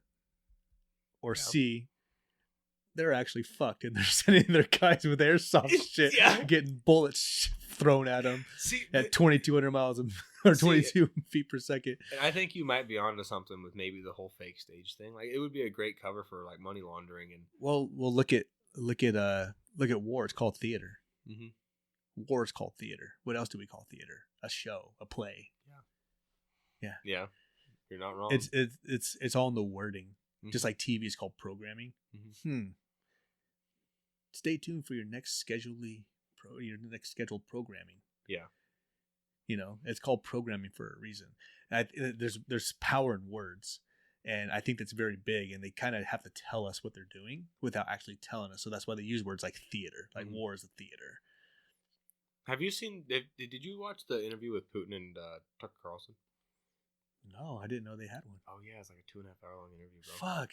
Yeah. On his podcast. Yeah, it's on YouTube everywhere. I'll have to look into it. Yeah, it's great interview, and I think at the end of it you'll see, yeah, Putin's a bad guy, but he's not the boogeyman we make him out to be.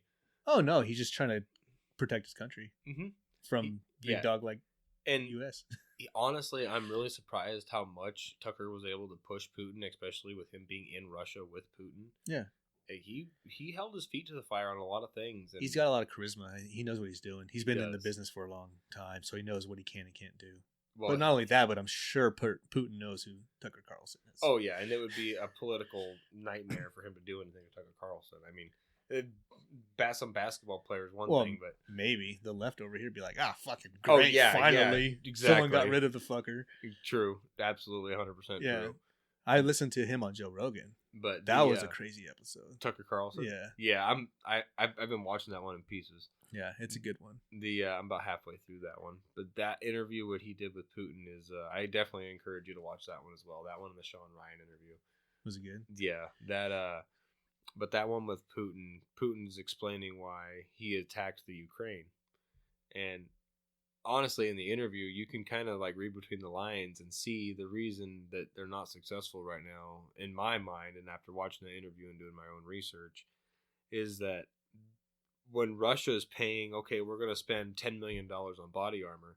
Mm-hmm. Okay, as that $10 million makes its way through the line, by the time it actually gets to buying the body armor, there's $1 million left. Yeah. So they got to come up with something. They're getting fucking nickeled and dimed all the way through. Well, it's getting skimmed off the top. Yeah. All the generals and military guys, they're skimming the money off the top. So by the time they actually have the money to purchase their equipment. Well, not only that, but they're a huge fucking country, and trying to protect all those borders probably takes a lot of fucking money and a lot of firepower. Mm-hmm.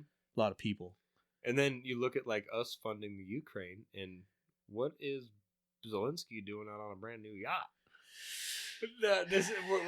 We just gave him billions of dollars, and coincidentally, the guy all of a sudden has a brand new yacht. I don't think it's any different. That has nothing to do with it. Yeah, no, I don't think it's any different. I think they're one and the same, honestly. That's why I think it's all just a big theater. Mm-hmm. I think it's all just, they're probably all fucking homies. They all circle jerk each other. Probably. And then they're just doing this for political media bullshit. Could be. Just to get people more divided. Absolutely. Now, I could be completely fucking wrong. Well, another thing, too, it would be, going back to your point of it being staged, how perfect would it be? So, as of now, Ukraine is not a NATO country. Mm-hmm. So, they don't pay NATO dues. Not that most of the NATO countries do pay their dues. But they don't pay the dues. So, they have very loose ties to the U.S. Nothing set in stone. Yeah. Well, our current commander-in-chief, his son was sitting on a oil company, the biggest oil company in Ukraine, was on their board of directors. How perfect would the Ukraine be to use money laundering back to our heads of state? Right. I mean, well, not only that, they all have connections to the Ukraine already. Well, and homeboy's son, man, he's got caught with drugs and fucking laptop and. Well, it's like Biden. He openly claims, and he's selling art for millions of dollars. And have you seen who's buying the art? Yeah, CCP. Yeah, the CCP is buying a lot of his art, and if you look into it, art's one of the biggest money laundering schemes ever. Absolutely, because there's no set value on it. No, you can. It's subjective. Yeah, subjective. If I make a 3-inch by 3-inch square block that's blue, with a green line on it that looks cool to somebody, they may pay me $20,000 for it. But to me, it's worth 2 cents. Yeah, to me, it's worth jack shit. Yeah, like anybody can do that. But some guy's like, man, I owe this guy money. or he owes me money or whatever. Let's buy it from him, toss it in the garbage, or hang it up in my studio apartment or wherever the fuck it is, or give it to somebody, and I paid him off his money. Yeah, and they're usually not. It's either cash or they're fucking sending money through some channel. Yeah, some backdoor deal. Yeah, run it through multiple LLCs type thing. Yeah. So it doesn't tie directly to somebody. Isn't that crazy? Yep. Fuck, I want to get in that business, bro. Right. Selling fake ass bullshit art. Right, dude. To governments. And he just come out and just all of a sudden, I'm selling art and it's selling for millions of dollars. I don't buy it. Yeah. Who is he? Yeah, exactly. He's some president's son. Exactly. Some guy son. Probably needs it for all his attorney fees that conviction is. That's some crazy shit, man. That's some crazy shit going on. And the thing is people just turn a blind eye to it. And it amazes me that people are able to do that. How do you turn a blind eye to, if this was Trump's son that just got convicted, oh my God, you would never hear the end of it. You would never hear the end of it. And the double standard in government for the two different parties is astronomical. The Democrats do nothing but low blows and dirty shots, and the second the Republicans even get close to doing the same thing, they're the boogeyman, they're the asshole, they're the racist, they're the and so we're always forced to take that moral high road, and we're getting our teeth kicked in all the time for it. And they go, well, Republicans are pussies, they won't do anything because we just do it all the time. And it's like, bro, Republicans can't do anything because if they do, they're chastised for it. As soon as you could attack a group of people standing in front of a church, saying, God loves you and all this other stuff. But as soon as someone throws hands, it's like, crazy right-wing Trumpers attack, peaceful, whatever. At least that's the news that's fed to me. Oh, yeah, me too. Yeah. Same here. Isn't that crazy? But you can literally watch the video and go, well, obviously someone antagonized it, and it wasn't the people that you're saying started it. Yeah. But these guys are getting charged for violence and all this other shit. And these other guys, who are they? You don't see them. And I think some of that shit's rigged too. Some of that shit's set up. Oh, absolutely. It's like the January 6th shit. There's feds there. Oh, fuck yeah. That was all fed stuff, fuck yeah. bro. Absolutely, 100%. And once again too, it's like there's a subpoena out in Congress. There's a gentleman that was supposed to testify in front of Congress about January 6th and totally dodged Congress and now has a warrant out because he ignored a congressional subpoena. Yeah. And it was all over January 6th and why he refused to release the tapes and the audio. And because as soon as the Republicans took over the House, that was one of the big things was they were going to release all the tapes and the audio. They don't exist. Yeah. Now the Republican leadership has come out and claimed that some of the tapes are there, but all the audio has been wiped. Yeah. Isn't that crazy? So just weird, coincidentally, strange, ain't it? Yeah. Just real coincidental. It seems to happen a lot in the government. That's like back to. But these guys still fucking trust these people. Well, it's like they've proven like that when Hillary Clinton was under that investigation, they proved that her devices have been what was called bleach bitted. And it is, I guess, from what my research on BleachBit is it's so expensive to use that nobody has access to this stuff except high-ranking people and high-ranking government officials. Right. And all of her stuff was bleach-bitted and wiped with this bleach bit, so nobody can... But for what? Exactly. Why? If she has nothing to hide, why? So, and even at that point, though, it's like, where's the charge for destruction of government property?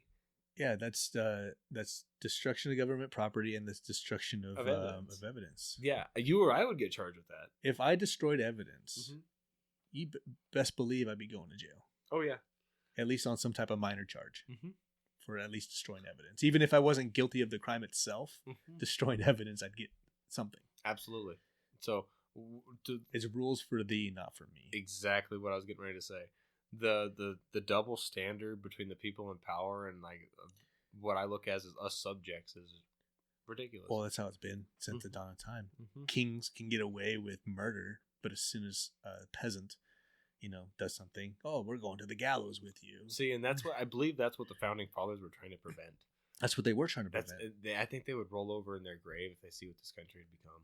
Bro, I saw a meme the other day. It said if you hooked up a power plant to George Washington's grave, he could power the entire country with how much he's rolling over. I believe it, man. I believe it, because they got into a war with the most powerful nation on earth over a 2% tax on tea and some tax on paper. Yeah, we have like what 40%. Yeah, in some no places. shit. Like, in one way or another, like 40 to 60% of your money is taken by taxes. Yeah. So I mean, we're literally living, especially in that shit state, California. I mean, fuck. And everything's being modeled that way too. Everybody's taken the California model as that is the standard. Especially the West Coast. California does it. Oregon, Washington are far behind. Yeah, if California does something, yeah, it's always been Washington, Oregon are not far behind. Oregon, not as much so. Mm-hmm. They're a little slower. They are a little slower, but Washington's like, oh, I want to be like Big Brother California. Mm-hmm. I want to do the exact same thing. You know what? Actually, I'm going to one-up you. I'm going to make it worse. Uh-huh. And that blows my mind, too. Because didn't they overrule the 10 capacity ban down in California? Yes, that's where I was just trying to go with But this. Up here in Washington State, that's still in effect. Well, I mean, there's people fighting it, but I mean, it's just like, so they're going to do the same thing they've done in California. So where does the money come from to fight the lawsuits that come in against the rule? Mm-hmm. Your tax dollars. Yeah, exactly. Your tax dollars are funding against your interests by living here. Yeah. So they're going to do the same thing we did in California. So they ruled against the 10-round capacity limit. And said, no, you got to let these people own the magazines they want to own. There's nothing against it. It falls in line with the Second Amendment. Yeah. So what do they do every time it gets ruled against? They just say, oh, okay. So they go back and they reword the law, rewrite it, and keep the same bullshit in there. Mm-hmm. And then they just get sued about it again. Yeah. And then, oh, okay, we'll go rewrite it. And then and every time it takes 1 to 2 years to make it back to court. And they got unlimited funding from your tax dollars to keep doing this over and over and over again. That's like someone was telling me the other day that they're fighting it here in Washington. I'm like, well, they might get it overturned for a day until the new law is rewritten and presented, and it doesn't have to be voted upon again. That's my biggest problem.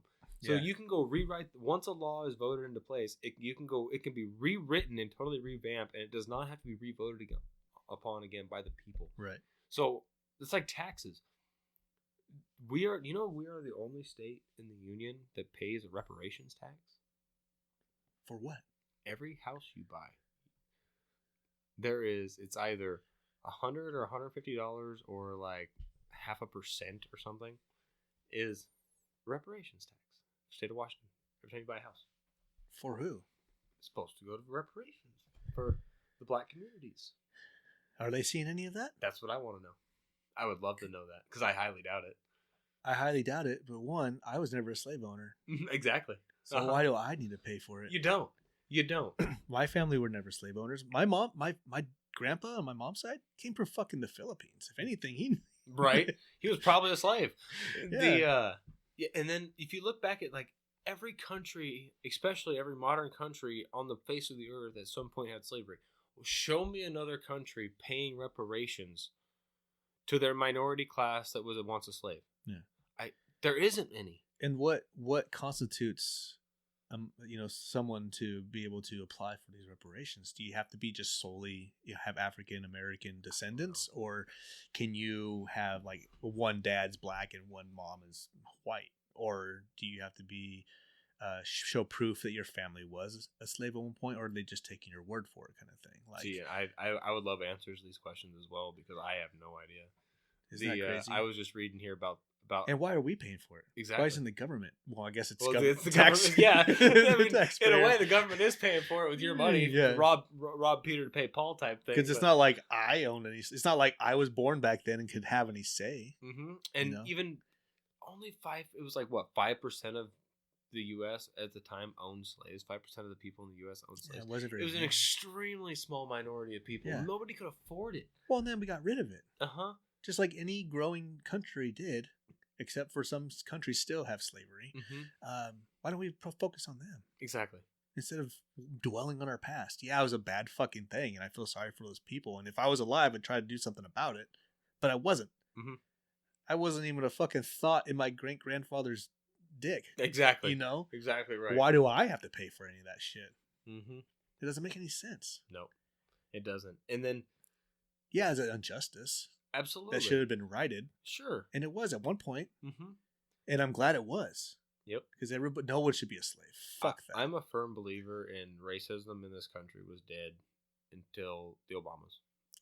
I think racism. Well, you saw it right after 9/11. Everybody was like coming together, except for everybody. A lot of people were like, "Fuck the Middle Easterns," and shit like sure, that. and given what had happened at the time, can you blame them? I mean, well, look what the media was saying, and that was all by design again to get us hating the Middle East so we can go and attack them. Exactly. So we can get our oil back. So based on the information they had at the time, that was the best reaction they could come up with. Yeah, but people were of all different races and all different ethnicities and religions and stuff were all hugging each other and loving on each other and saying, "Bro, I got you. We're Americans.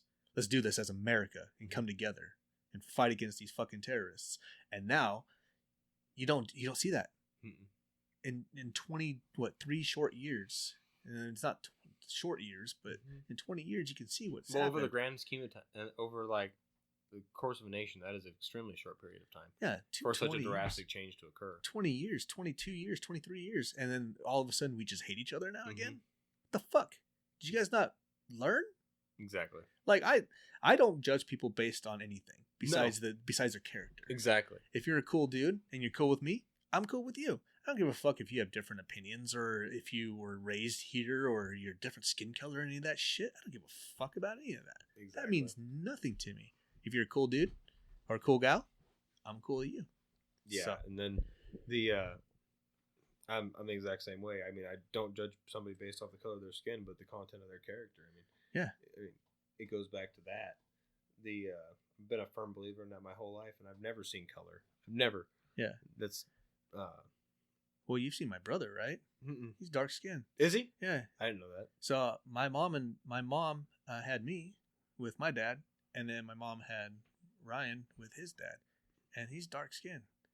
And people say something like, "Oh, you're racist against blacks or whatever." He's not black, but he looks black. And I'm like, "Bro, this is my brother, dog. What the fuck are you talking about?" I had a black guy. See, and then people will try. I had a black guy was my officiant at my wedding.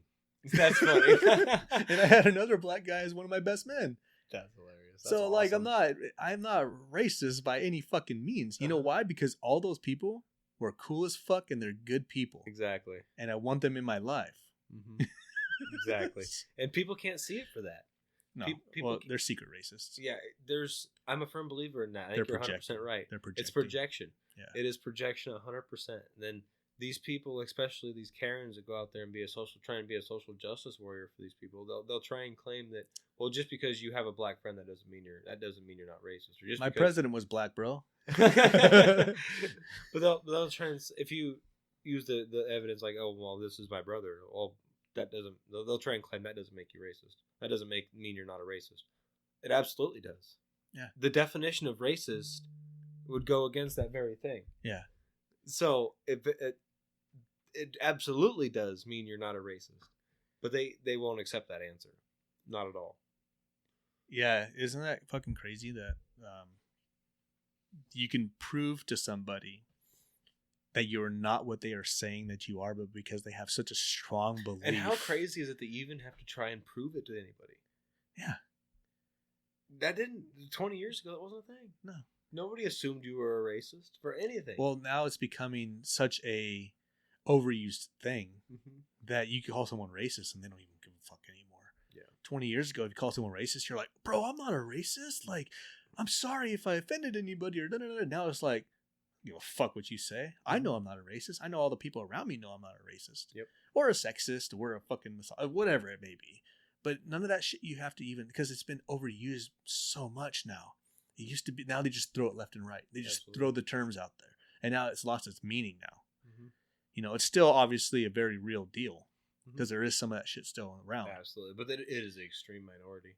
Yeah. It's an extreme minority. Yeah. And people trying to act like they encounter racism in their daily lives. And I'd say, I'm sorry, but I don't believe it 9 out of 10 times.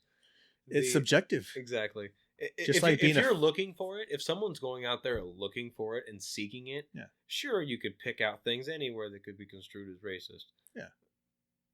Why is there only certain classes that view it that way? Why? It's usually white women. They're like, "You're being racist." Yeah, exactly. And the guy's like, Karens out here. And the guy's like, "He's not being racist." Yeah, exactly. What are you talking about? Yeah, exactly. And I don't get it. I don't get it, man. Why can't we just go back to that time where we were all Americans and just all be Americans? Because that's the thing. They don't want that. Uh-huh. They don't want us to be united, because when they are, we have this national mentality that we are one person, we are one people, and we come together, and you can't break us apart. Mm-hmm. But now they want us to break apart and fight against each other, because it's easier to control small minorities of groups than it is to one giant nation of how many millions of people. So if you get white versus black, Asian versus Middle Eastern, gays versus straights, and then you got Christians versus whatever, all the different religious sects and all the different things, and they're all against each other now. Mm-hmm. And it's like, bro, why can't we just see past our differences and just say, okay, I'm not going to change your mind, you're not going to change my mind, let's just be okay with it. See, and unfortunately, like I was talking to my wife here about this very thing here a couple weeks ago, and we were talking about what we thought it would take to bring the country back together. And really, I mean, the only thing that I can even remotely think of is if we had another 9/11 style attack. I mean, unfortunately, I can't think of anything that would bring the country. And obviously, you have to unite around that. And obviously, we don't want that. No, absolutely not. Absolutely not. But it seems like at that time that gave everybody that one common enemy to unite around. Mm-hmm. And like you were saying, all the differences went out the window. It was the one time that all the differences, and you saw American flags on every car and in front of every house, and we all put all of our differences aside, and we were just Americans. We were people of the same. Yep, we were just Americans. Yeah, and we all had a common goal: get the people that did this to us. Yeah. Granted that now a lot more information has come out about that. But at the time, we were bamboozled into thinking that it was this enemy, when really it was governmental. Exactly. At the grand scheme of things. Mm-hmm. And it's like, I wish we could go back to the way the people were at that time. I wish we could go back. You and me both, man. Especially for like my kids and stuff. Because I don't want my kids, and that's why we're not going to public school. I don't want them to think because they're lightly complected that they're responsible for hatred in the world. Because that's critical race theory bullshit. And it's all through the education system, and it's all through the military now too. Like I was talking to a friend of mine the other night, and I won't say her name, but she did, I think it was 6 or 7 years in the Air Force. And she was telling me, I asked her if she enjoyed her time in the military, and she said that yeah, until it got to the point where it was all PC. And I was asking her more about that, and she said that the day or the week that her and a couple of her friends made non-commissioned officer status, she said that they all got called into a classroom. She said, and they all sat down and were given just a blank piece of paper and a pencil, and told to write down their 3 best friends' names and their ethnicity. She said, so they all did so, the 4 or 5 of them. She said the first gal stood up and read all 3 names and ethnicity, and the first gal was a white lady, and she called off 3 white friends that she put on the list, her 3 best friends. They flat out right there called her a racist because she wasn't open to any other races. Maybe she doesn't have very many races where she's from. Exactly. So then I guess my friend said that she was next in line. She goes after hearing this, she goes, I thought I had it in the bag. She goes, I had 1 white person, 1 Hispanic person. She goes, and I had 1 black person. Yeah. She goes, so I thought this was going to be no problem. Right. She goes, so I stand up, I read off my names and the ethnicities associated with them. She said, and she was flat out told that she was racist because now she idolized too many different races. So there's no winning. There's no winning. It was damned if you do, damned if you don't. I mean, she said every single person. So if I include people, I'm racist. There you go. And if I exclude people, you're still I'm racist. There's no winning. So how do I not be racist? Don't be white. Just don't be white. She said the only person that was. But if you pretend to be any other race, you're racist. Exactly. Or you're just. So that she was telling me, she said the only person that stood up and said any names and wasn't told they were racist was the black gal. Wow. She said she goes, and she told him, she said on her exit interview for the military, she told me that she had told him that they want everybody to view their white leadership as racist. She goes, that's not how it is. They're not. Right. And she's not going to be part of an organization that structures itself that way. Yeah, isn't that stupid? Uh-huh. That you're guilt tripping people into being something that they cannot control. Exactly. And there's no correct answer. I mean, as she was saying, like there's no correct answer in that scenario. I mean, what based on that, what happened? I mean, that should have been the answers of having one of each race. I mean, how much more perfect could the answer be in a scenario like that? Maybe if it was 2 white friends and a Asian friend or something. Maybe well, then it would have been you don't have any black friends. I mean, then so at what point does it stop?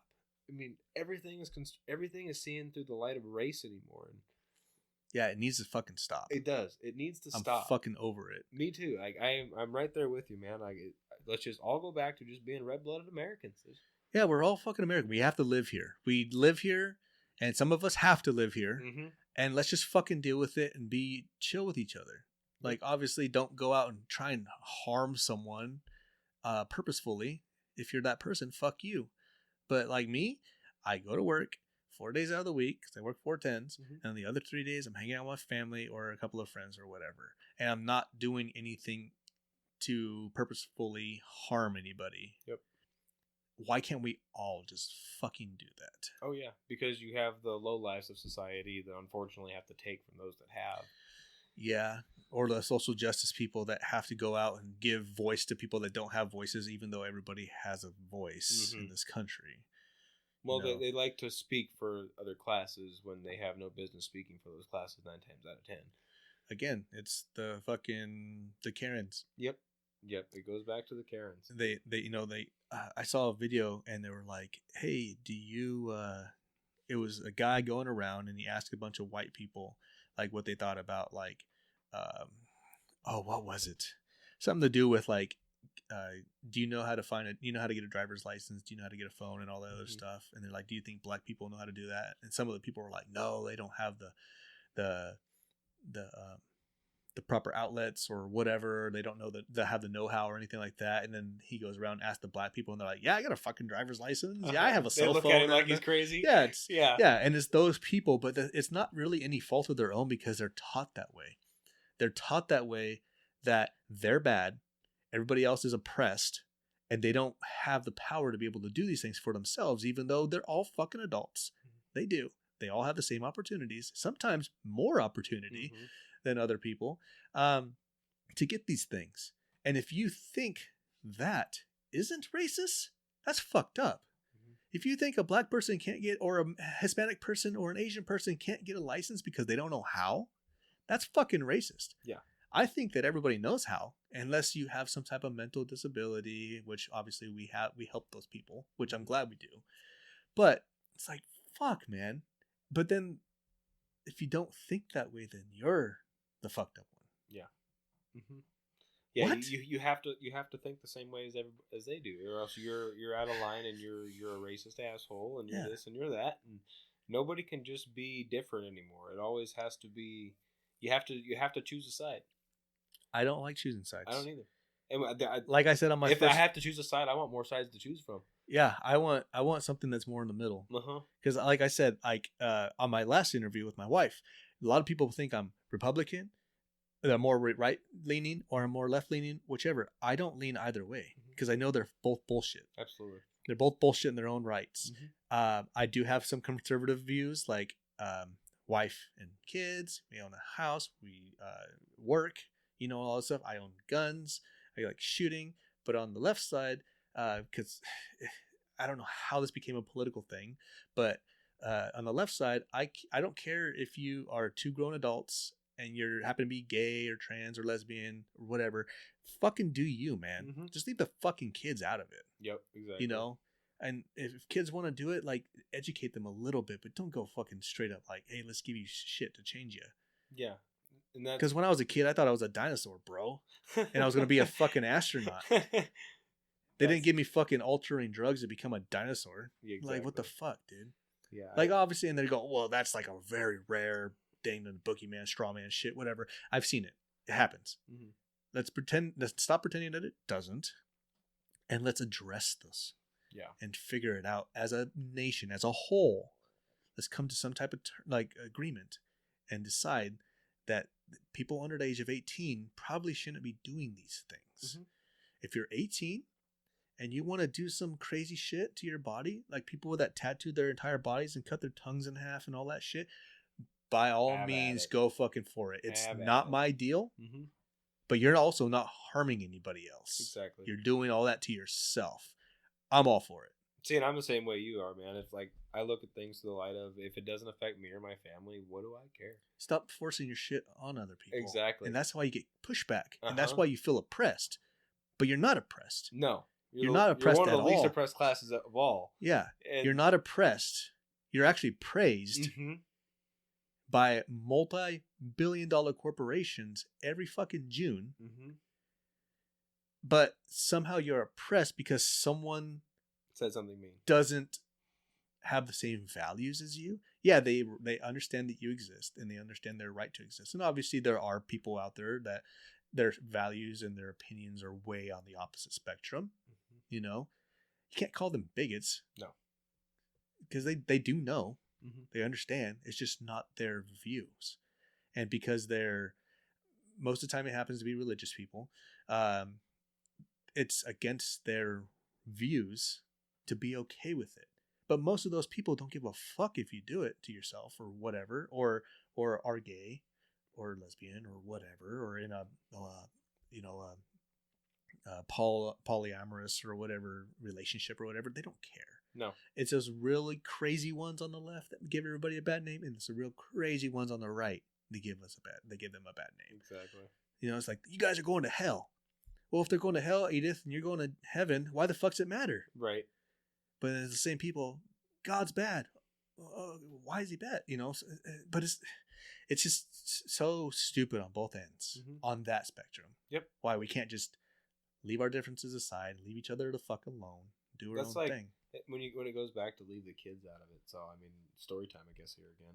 The last time I went up to Old Shelby, Montana, checking my mail, checking on my property, my brother and I were sitting at one of the local diners there eating, and the waitress asked us where we were from, and they inevitably, as soon as you tell someone you're from Washington, first question they ask is, how close to Seattle are you? Yeah. And because that's the only state part that they know besides maybe Spokane. Exactly. So she asked me, how far from Seattle? I told the lady, and my reply is always the same. I'm over there 3 hours, not far enough. And so she goes, I can count on one time. She was on one hand how many times I've ever been outside the state of Montana. And this lady's probably in her mid to late 30s, if I had to guess. And she goes, but here, I think she said 2 or 3 years ago, she goes, my son and I, he was 5. She goes, we wanted to go over to Seattle. We wanted to see the Space Needle. She goes, so we loaded in the car and we drove to Seattle. She goes, and we get downtown. She goes, and we're up in the Space Needle. She said, and we're looking over, and she goes, and we see these rainbow stuff down on the street. And she goes, and there's people dancing. And she goes, we didn't know anything about it. Yeah. She goes, so we wanted to go down and see the rainbow parade. Yeah. She goes, well, so we take the elevator down. She goes, and at the bottom, the door's open. She said, and the first thing they're greeted with is naked men with nothing on, swinging their shit around. Yeah. And dancing with the rainbow flag. Like, children have no business seeing this stuff. Yeah, why do you have to be naked in front of kids? Exactly. I mean, to get your point across. Exactly. And then to act like that's okay. That's not okay. That's straight grooming. Exactly. If I went to a school right now and exposed myself to kids, I'd be arrested on the fucking spot. Exactly. But these people I would be registered as a sex offender, and I wouldn't be able to go to a school event because of something like that. But these people can parade out in public like that, down streets where people live and have children and families. See, I have no problem with people doing all that shit. Just keep your dick in your pants, dude. Put some clothes on. Or keep your tits away. And people are going to say I'm a fucking bigot because of that. But I don't give a fuck, dude. My 5-year-old kid doesn't need to see your grown-ass dong. Nope. No business. I don't even let him look at mine. Right. You know? And sometimes I'm naked in front of him. It's my house. I could be naked. And he's seen mine, growing up. I mean, I showed him how to pee and stuff in the bathroom. Absolutely. In the toilet and stuff. But I'm not just waving my dick in front of him. And I'm definitely not doing it in front of someone else's kid. And if that's what these people think it takes to get the kind of attention they seek, something needs to be done. That's the wrong kind of attention, guys. That is something needs coming to be done. coming from love, coming from a place of love, and straight like I agree with you on your rights to exist. The showing your dongs to kids is not the way to do it. No. Not to get people on your side. No, and it blows my mind how this stuff can even be legal. I mean, how can these people get away with it just in the name of? Because I mean, they claim that it's a protest or that it's for their rights. Okay, that's great and all. How does that make you being naked in front of children legal, or naked walking down the street in general legal? Like that. I'm just trying to figure out, because they're always talking about their rights. Mm-hmm. I'm trying to figure out what rights some of these people don't have that I have. I would love to know. Because they can all own a car, own a house, get a license to drive, get a license to hunt, own a gun, get married, pay taxes, go to whatever bakery they want and have a cake made. They can buy beer. Or they can smoke. They can smoke weed in certain states or whatever. They can do all these different things. And I know some states are not as okay with it, but especially Washington State. Like, we're pretty much okay with everything you fucking are doing. Yeah. Besides showing your dong in front of people. Oh, no, that's the problem is we are okay with it. Well, they're okay with it. Yeah. I'm not okay with it. But as far as the state goes, like, they're good with it, and that bothers me. But the thing is, it's like, so what are you protesting now? I mean, not necessarily a protest, but I mean, I guess I guess they're showing pride in it, but that's cool. Yeah, but I'm glad that you're proud of who you are, but I don't have a parade. Yeah. To be a proud American dad who has a kid and a wife. I don't have a flag for that. I don't have a month for that. I don't even have a day for that. Well, I guess I have Father's Day, which happens to be today. Yeah, no kidding. You know, but I don't have anything like that to be who I am. You don't have anything. I just don't. I don't understand. Veterans barely have a day. Veterans get a day. I mean, all these protected minority classes, they get months. Yeah. I mean, we got. And we got Indigenous Month. We got Black History Month. We got Pride Month. Pride Month. And I have no problem with them having a day. Oh no, absolutely. Or a week, not. Sure. Why the fuck not? But why are we giving veterans a day and by a whole month? A month. Let's give veterans a month. Let's give people that are, raped and killed by people a month. Absolutely. Let's give Asians a month. Sure. Why not everybody? Yeah. Why not everybody have a month? You know what? How about let's just do it like all on the same month, where everybody's proud of who they are and everything. And let's do it, let's keep it June. Fuck it. And let's everybody be proud of who they are. Let's have a huge fucking parade that lasts 2 days, 3 days, nonstop. Yeah, let's celebrate the and then let's just be done with it. United States. Let's be done with it the rest of the year and just pretend to love each other. That's like, have you seen that old Morgan Wallen interview? Or not Morgan. Morgan Wallen. Morgan Freeman. Have you seen that old Morgan Freeman interview he did probably 4 or 5 years ago, and they were asking him what he thought about Black History Month? Oh yeah. Yeah, and I don't like it. I feel the same way he does. Like, where's the White History Month? Where's Asian History Month? Do you want a month? Yeah, exactly. And the guy's like, no. He's like, yeah, exactly. Yeah, we don't need a month. Yeah. I feel like he speaks for a vast majority of the people, and it's just one of those things that's shoved down your throat by the powers that be. Well, yeah, and it's all a marketing scheme. They're trying to show that corporate greed is bad. Except for on June when we fly a rainbow flag, then we're cool, right? And then what's Black History Month, like October or some shit, something like that. And then then we have the fist in our profile picture, and then we're cool, guys. Remember, we're cool again. And then the rest of the year, we're greedy pieces of shit corporations. Yep. But that 1 month, 2 months, 3 months out of the year, maybe we're cool, we're good, we're hip. Yeah. We don't donate anything to you. We don't do anything for you guys. We just change our profile picture on Facebook. And then that just shows you that we support you. But we don't do anything other than that to support you. See, and how does that... I don't understand how we're so different from all the other mainstream countries in the world for that reason. If you look at like you were saying, they change the first thing they do, June 1st, change their profile photo on Facebook to Pride. Yeah. that same company's not doing that for their German divisions, the Japanese divisions, the Russian divisions, the Chinese divisions. Because over there they don't give a fuck like they do over here. Exactly. So why, even like Europe is coddles these people and helps them along too, but they don't. Not that bad. They're not promoting pride everything like they do here. It's because their country's not in infancy still. Their country's way older than us, and they are more mature than us. Our country's a bunch of fucking babies. Yeah, that it has to be. I will admit, I'm a baby as well. Mm-hmm. I'm a kid that happens to be a dad. Still trying to grasp onto my childhood, but I know when it's time to grow up. Yeah, and it's our time to fucking grow up. We're 200 and something years old. We need to fucking deal with it before we collapse. Exactly. And like some of these countries have been around for thousands of years. China, places like that have been around for thousands of years, bro. Mm-hmm. And their shit's fucked up, but at least they're not, doing the shit that we're doing.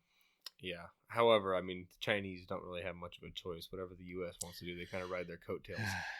Yeah, before they started trading with the U.S. back in the 50s, they were a peasant state that couldn't even feed their own people. Now they're one of the biggest superpowers in the world. Yeah, but it's like everyone's so afraid of China, but it's like if you look at, we could cripple China so fast, bro, and we wouldn't have to be one bullet or bomb dropped. Yeah, all you have to do, quit sending them food. Well, unless they side with Russia and North Korea and all that shit. But sure. But even those countries, they don't have the farmland to be able to supply those billions of people with food. Right. And China doesn't have the land mass to be able to farm their own food. That's why they're so wealthy now, is because they get food from us. It's like when Trump would put that embargo against them, like first year he was president. They were rushing. They had teams of slave labor trying to get all this frozen meat and stuff off of ships. Yeah. Because the clock struck a certain time, and that was that. They couldn't. They need the food. So our biggest import from China is electronics. Like goods and shit. Goods and electronics. Yeah. Their biggest import from us is food. Yeah. I mean, which one can you live with? Which one can you not? Yeah, I don't need to buy another fucking iPhone stuffed animal toy made in China for my kids. I think they'll be fine. I can live without the latest iPhone. You can't live without beef. Sorry. Yeah. Sorry, vegans. you can pretend. You can pretend that you'd be okay with eating grass, but then that's why, like, going back to like my grandfather, I had a grandfather that was my great grandfather, fought World War II, Korea and Vietnam, and I remember he passed when I was probably about 13, 14 years old, and I remember going over and him telling me stories about he was stuck, and I'm not sure if you ever heard about the Chozon Reservoir. But it was a group of roughly 15 to 20,000 mixed up Army and Marines that were overrun by over 100,000 Chinese coming down across the Yalu River into North Korea from China. And my grandfather was part of the Army detachment that was there with the Marines. He was in the cavalry. And he was talking about how about every third or fourth guy had a rifle. Wow. And China was so broke that they couldn't even afford to arm their soldiers. They'd give a rifle to every third or fourth guy and tell them to pick up the dead guy's rifle. So basically, it was just trying to like almost scare whoever they're fighting against. They were just waving them. They were just throwing waves. Hoping they'd run out of bullets before the people died. I'll never forget him talking about the quote unquote stacking Chinese bodies as sandbags and the fighting from his foxhole, and some of the stories he told were crazy. War's fucking insane, bro. Yeah. If it's real, which a lot of those guys I believe is real. I think it's real in an aspect that there's kids essentially because they recruit at 18 or whatever, shooting each other because this leader doesn't like that leader. Yeah, isn't that so crazy? Is that fucked up? I think those leaders should fight. Right? In a ring. Right? Let's get Dana White out here. Yeah, let's get those fuckers. I'd like to see Trump fucking versus Kim Jong-il. Oh, that'd be a good one. I think Putin would take the cake on that, though. Putin's a bad motherfucker. I think he rides bears, bro. Yeah, Putin's a bad motherfucker. He would fuck both those guys up. I probably sound like I'm fucking sucking up to Putin right now, but as far as like physical strength and like training, he's fit, bro. For how old he is, he's pretty fit. Well, and he's like special forces, like the Russian special forces. If you look at Trump, he's fat. Have you seen how Putin walks with like the limp? If you pay attention to how Putin walks, it almost looks like he has a limp. And you read anything on that, he's favoring his strong side is what he's doing, and I guess that's the side where they would always carry like a submachine gun type thing under their arm when he was working for. And I guess if you watch a bunch of those guys that were around that same time he was, they all walk like that. They all walk like that. I wonder. That's another whole conspiracy. It is. It is. Look into and something see. We can get into on the next one. Maybe he's got a injured knee or something like that he doesn't want to tell anybody about. Maybe. Because it's a weakness. Could be. You know. But have you seen the videos of that guy like training? Dude, he's if they're not staged, he's something else. Like he's like a jiu-jitsu guy. Oh yeah. The jiu-jitsu, karate, mixed martial arts type stuff. He is an animal. Like there's even a video of like he's at like what looks like a kids wrestling tournament, and this kid's on the mat, and Putin's like giving this kid directions out on the mat, telling him what to do. Yeah. And then this kid comes over, and Putin's showing him how to sweep the leg and how to do and like the way you could tell he knows what he's doing. None of our presidents know that shit. No, our presidents are weak. They're weak men. Yes, they are. They are. I don't give a fuck if they're Democrat, Republican. No, they're all weak men. They're weak. I don't care how you present yourself. You're not a Putin. You're not that strong. No, if it was them versus him in a ring, he would fuck in blood to the death. Yeah, our guys would lose 9 times out of 10. I think there's a few congressmen might be able to go toe to toe with him, but they're few and fucking far between. Yeah, a few congressmen. I've seen some guys that look like they don't take shit from nobody. Oh yeah, there's some ex-Navy SEALs and stuff. That would go give them a good run. Why aren't we listening to those guys? They got good advice. See, that's the problem. Is these because they've been down there, they know it. They have a loud voice, and nobody will give them. They try, and nobody will give them a voice. Well, it's because they're sitting in front of Congress, and Congress is all paid off people that they're like, I don't give a fuck what you say, bro. Well, that too, and when you got 120 people in Congress saying one thing and 5 people saying another, does it really matter what the other 5 people are saying? No, exactly. But at the same time, when it's the same aspect as like 4 out of 5 dentists recommend this toothpaste. Well, 4 out of 5 guys recommend it. Sure, that obviously means 4 out of 5 people agree with the results. But let's try and figure out why that 5th doctor doesn't recommend it. Exactly. Hey man, what? He's like, oh well, it's bad for you. This thing's got chemicals in it that'll fucking kill you. It's poison. And they're like, oh, okay. Yeah, maybe I shouldn't agree with those 4 out of 5 doctors or dentists or whatever. Yeah, it's the same fucking thing. So let's listen to the minority of those people because they have real world. Like they're trying to get their voice heard, but it's hard against an echo chamber. It's like going to Seattle and waving a blue line flag. Not gonna get you anywhere. They would nothing. Especially like on Capitol Hill or something. They want to give a fuck about what you're doing, or they try and attack you. Mm-hmm. Oh yeah, and then too, like if you are attacked and you're on that side, at least from what I've seen, the people that did the attack don't get any punishment or very little. Well, because you went there and antagonized. Yeah, so but it's your if fault. they come over of someplace like this and antagonize, and then you do something as being on this side of the aisle, it's looked at in a different light. How can that be? Because the government favors criminals, man. Mm-hmm. Government favors criminals nowadays. They do. It used to not be that way. No, we used to hold people to the standards for what they did. Like, no, it never was the gun's fault. It was the person holding the gun. For example. if I were to shoot a guy, if I went into a church and shot a guy, or to a school and shot somebody, it would be the gun's fault. Mm-hmm. But if a cop shoots somebody, well, it depends. It's the cop's fault. Did you do it with a musket or an AR-15? An AR-15. Yeah. So or a handgun with a high capacity magazine. Mm-hmm. If I got a Glock with a 17-round capacity magazine and went into a place and shot 6 people and killed them, it would be the gun's fault. But if a cop does the exact same thing with the exact same gun and shoots a criminal, it's the cop's fault. Mm-hmm. So why is it not the criminal's fault when he goes and kills people? It's the gun's fault. Well, if he didn't have access to the firearms, he might not have done that in the first place. You're right. He probably would have bought it on the black market. Sure. Or stole it from somebody. Or stole it. Yeah. Or he would have used, like they use in Europe, a fuck ton of knives or a knife and went and attacked a bunch of people. And since no one there is legally allowed to carry a firearm to defend themselves, no one's just carrying around a hatchet. Well, did you see in Europe they made people bring in their kitchen knives and have the tips ground off of them? Yeah, that's stupid. Oh, dude, it's hilarious. They know that you can still slash, right? Yeah, but no, stabbing's one thing, but everything slashing down to a butter knife, bro. You had to take your butter knives in and have the tips ground off your butter knife, making a blunt point. So now if you don't do that, you're a criminal or something. Yeah, I mean, it was like a misdemeanor type thing, but I can still stab you with a blunt point and butter knife. Now it's just gonna tear more shit up and hurt worse. Dude, it's gonna hurt way worse. Yeah. Have you been stabbed by something blunt? It hurts worse than getting stabbed by something sharp. Uh-huh. Yeah, that's why they suggest your knives be sharp when you cut things, because it'll cut cleaner. It's easier to fix. Like if you cut off your finger, it's easier to to fix a clean cut than it is a fucked up cut. Yeah. I don't get it, man. I don't either. All the double standards in this world and some of the idiocracies that there are out there are just. Speaking of idiocracy, you've seen that movie? I haven't. It's a good one. Is it? Yeah, it's funny. It's a comedy, but I'm sad to say that we're probably headed there. Oh, really? Yeah, it's just a bunch of dumb people in the future that are fucking the world up. Well, what do you think happens when this AI really starts getting going? AI? I don't know, man. I've listened to a lot of different people. I'm scared shitless of AI. I'm on the fence with it. I think the AI that we have now, I think is probably okay. Sure. But in 10 years? 10 years, 20 years, 50 years?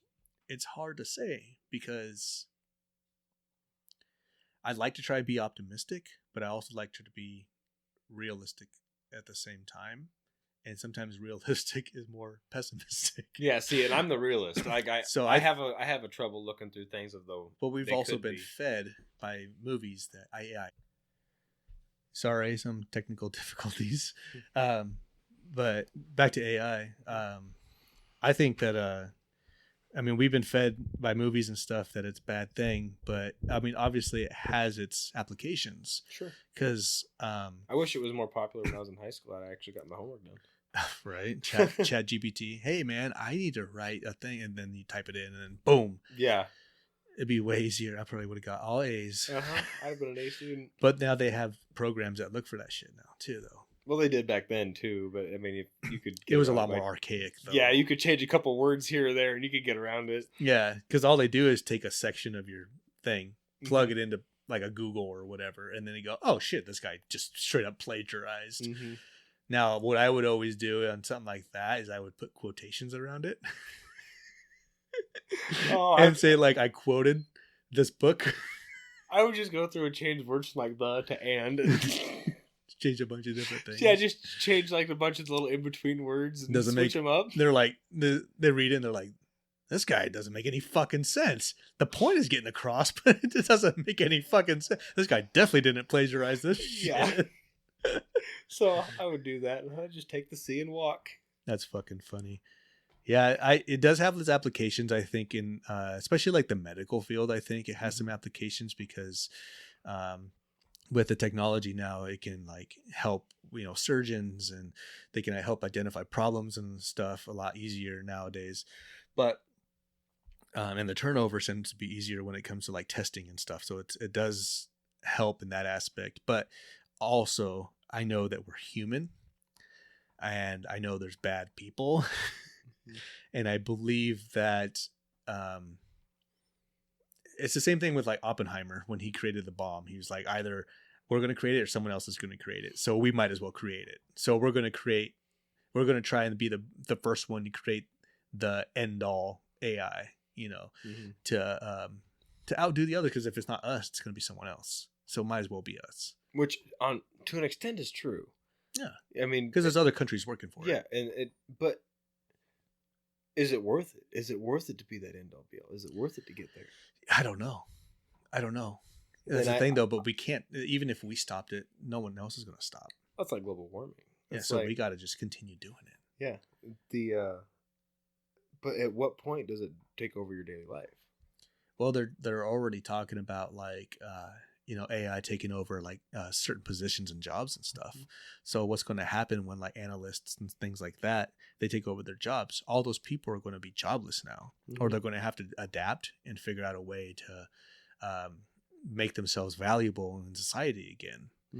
For like data analysis and all this. And I know some AI is already being used in some of that stuff. It makes your job a lot easier. But what happens when that person is no longer needed? Well, it's like here just last week, I had an interview with an accountant. I was hiring an accountant on board.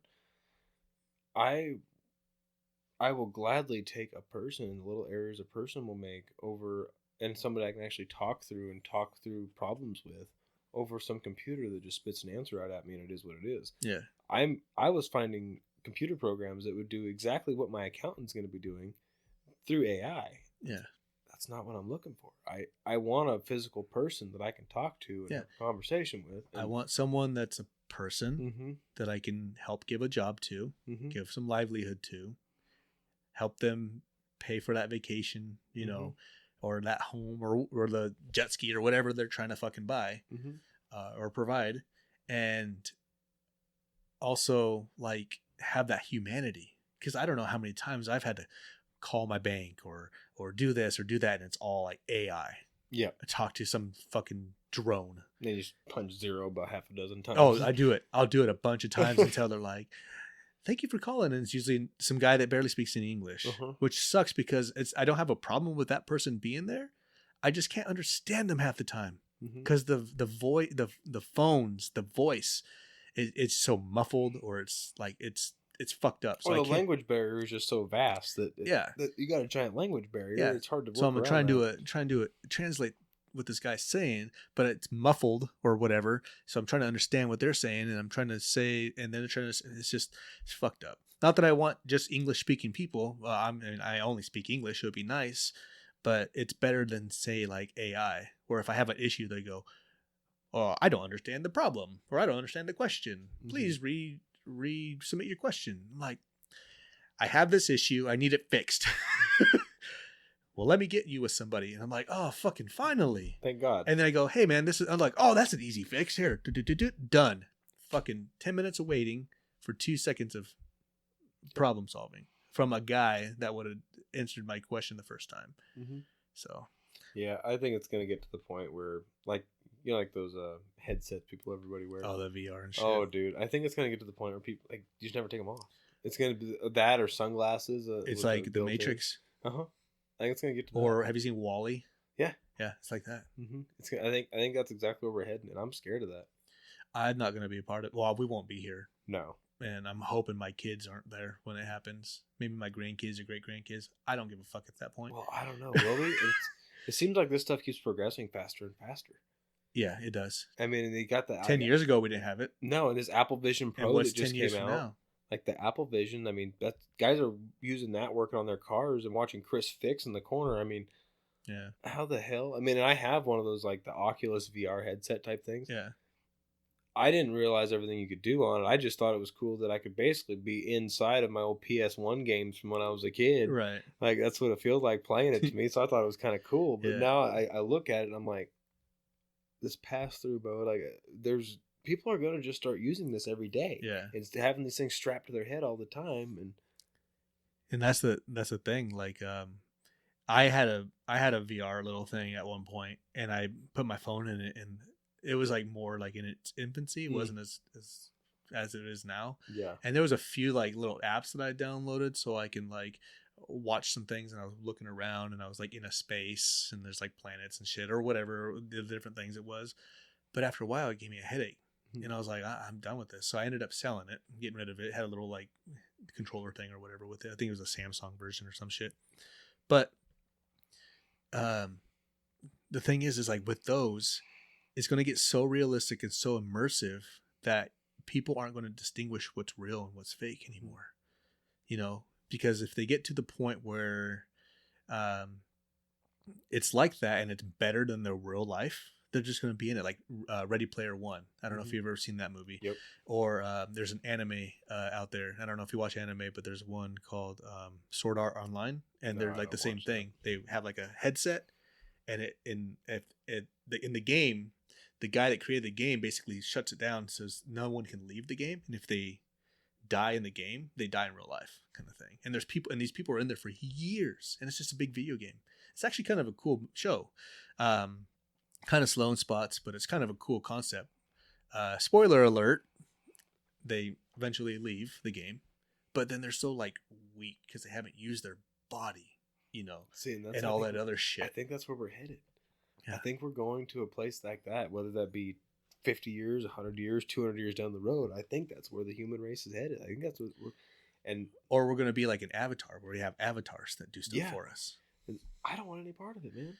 Luckily, I don't think it's going to be here by the time I don't we think get so old enough. either. I don't think so either. But I think if the world progresses the way that it is, exponentially the way that it is, I think within the next 50 to 60 years, we'll probably start seeing early concepts of that out in public. Because we already have robots. Yep. We already have robots. We have robot dogs. We have robot people. They have robots at facilities and like things like that do things without humans. There's fruit companies here in Yakima that are all autonomous. They don't have a single person working in there. Yeah. They have people load up bins full of apples and shit, and the entire warehouse, does all the processing and shit without a single person in there. Maybe one person to oversee the whole thing, make sure that there's not bells and whistles going off, and then it gets spit out the other side to get loaded on a truck. It's like, what the fuck, dude? I've been in some of those warehouses. They're crazy. The machinery they have in there is insane.